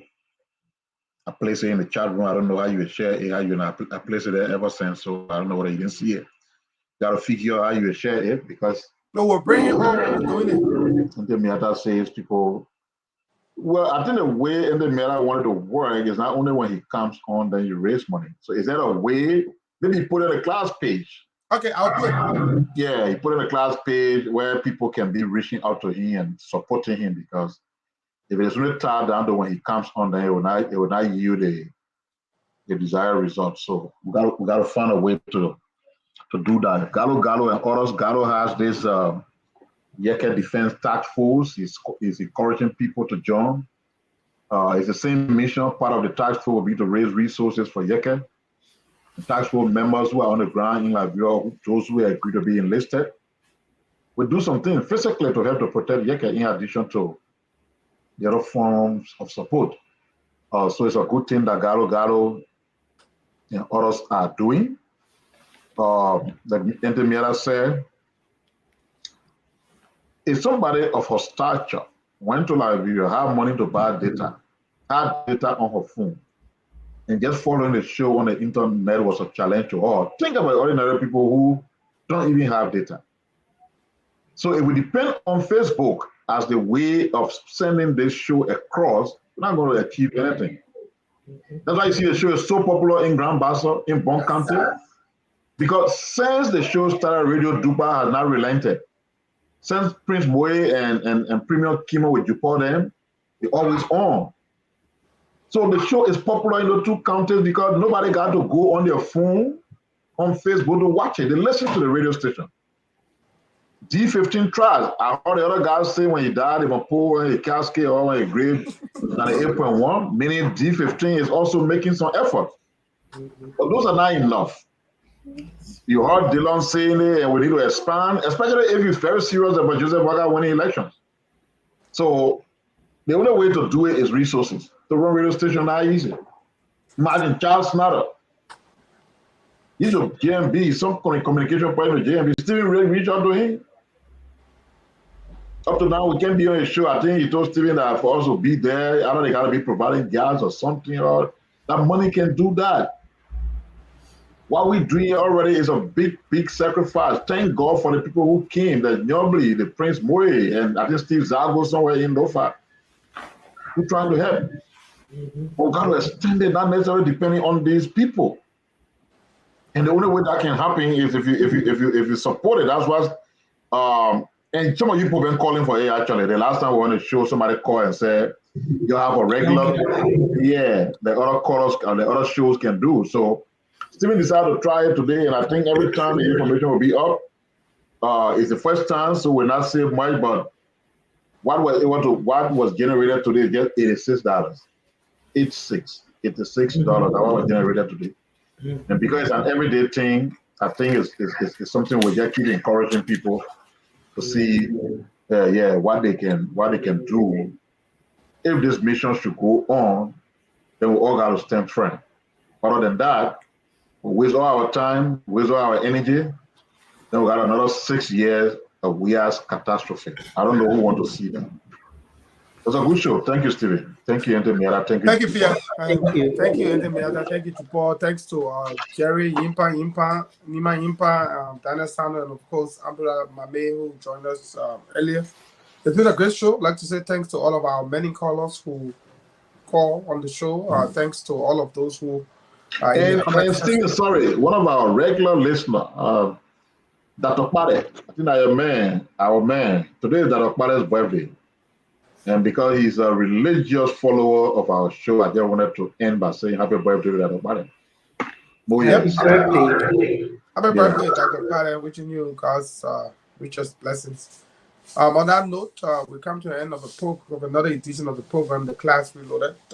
We come your way Mondays, Wednesdays, and Friday. We'd like to say thanks to all of our callers, all of our commenters in the comment section, all of those who share the show. I'd like to say thanks particularly to our radio stations, Bourgeois Radio FM 98.1 in Monserrado, Premium FM 98.1 in Banga, Bon County, Radio Dupa FM 89.1 in Grand Bassa, Voice of Lofa FM 99.3 in Lofa County, Radio Joy Africa FM 97.5 in Makibi, and of course Voice of Compa FM 106.5 all the way there in Compa City, Nima County. This has been another fascinating edition of the program, The Class Reloaded. We'll see you on Wednesday of this week, and when we shall rejoin you on another edition of the program. I have been your host, Stephen Johnson, and on behalf of the panelists saying so long, God bless you, and have a wonderful rest of the evening. Bye-bye. Bye-bye. Have a lovely week. You too.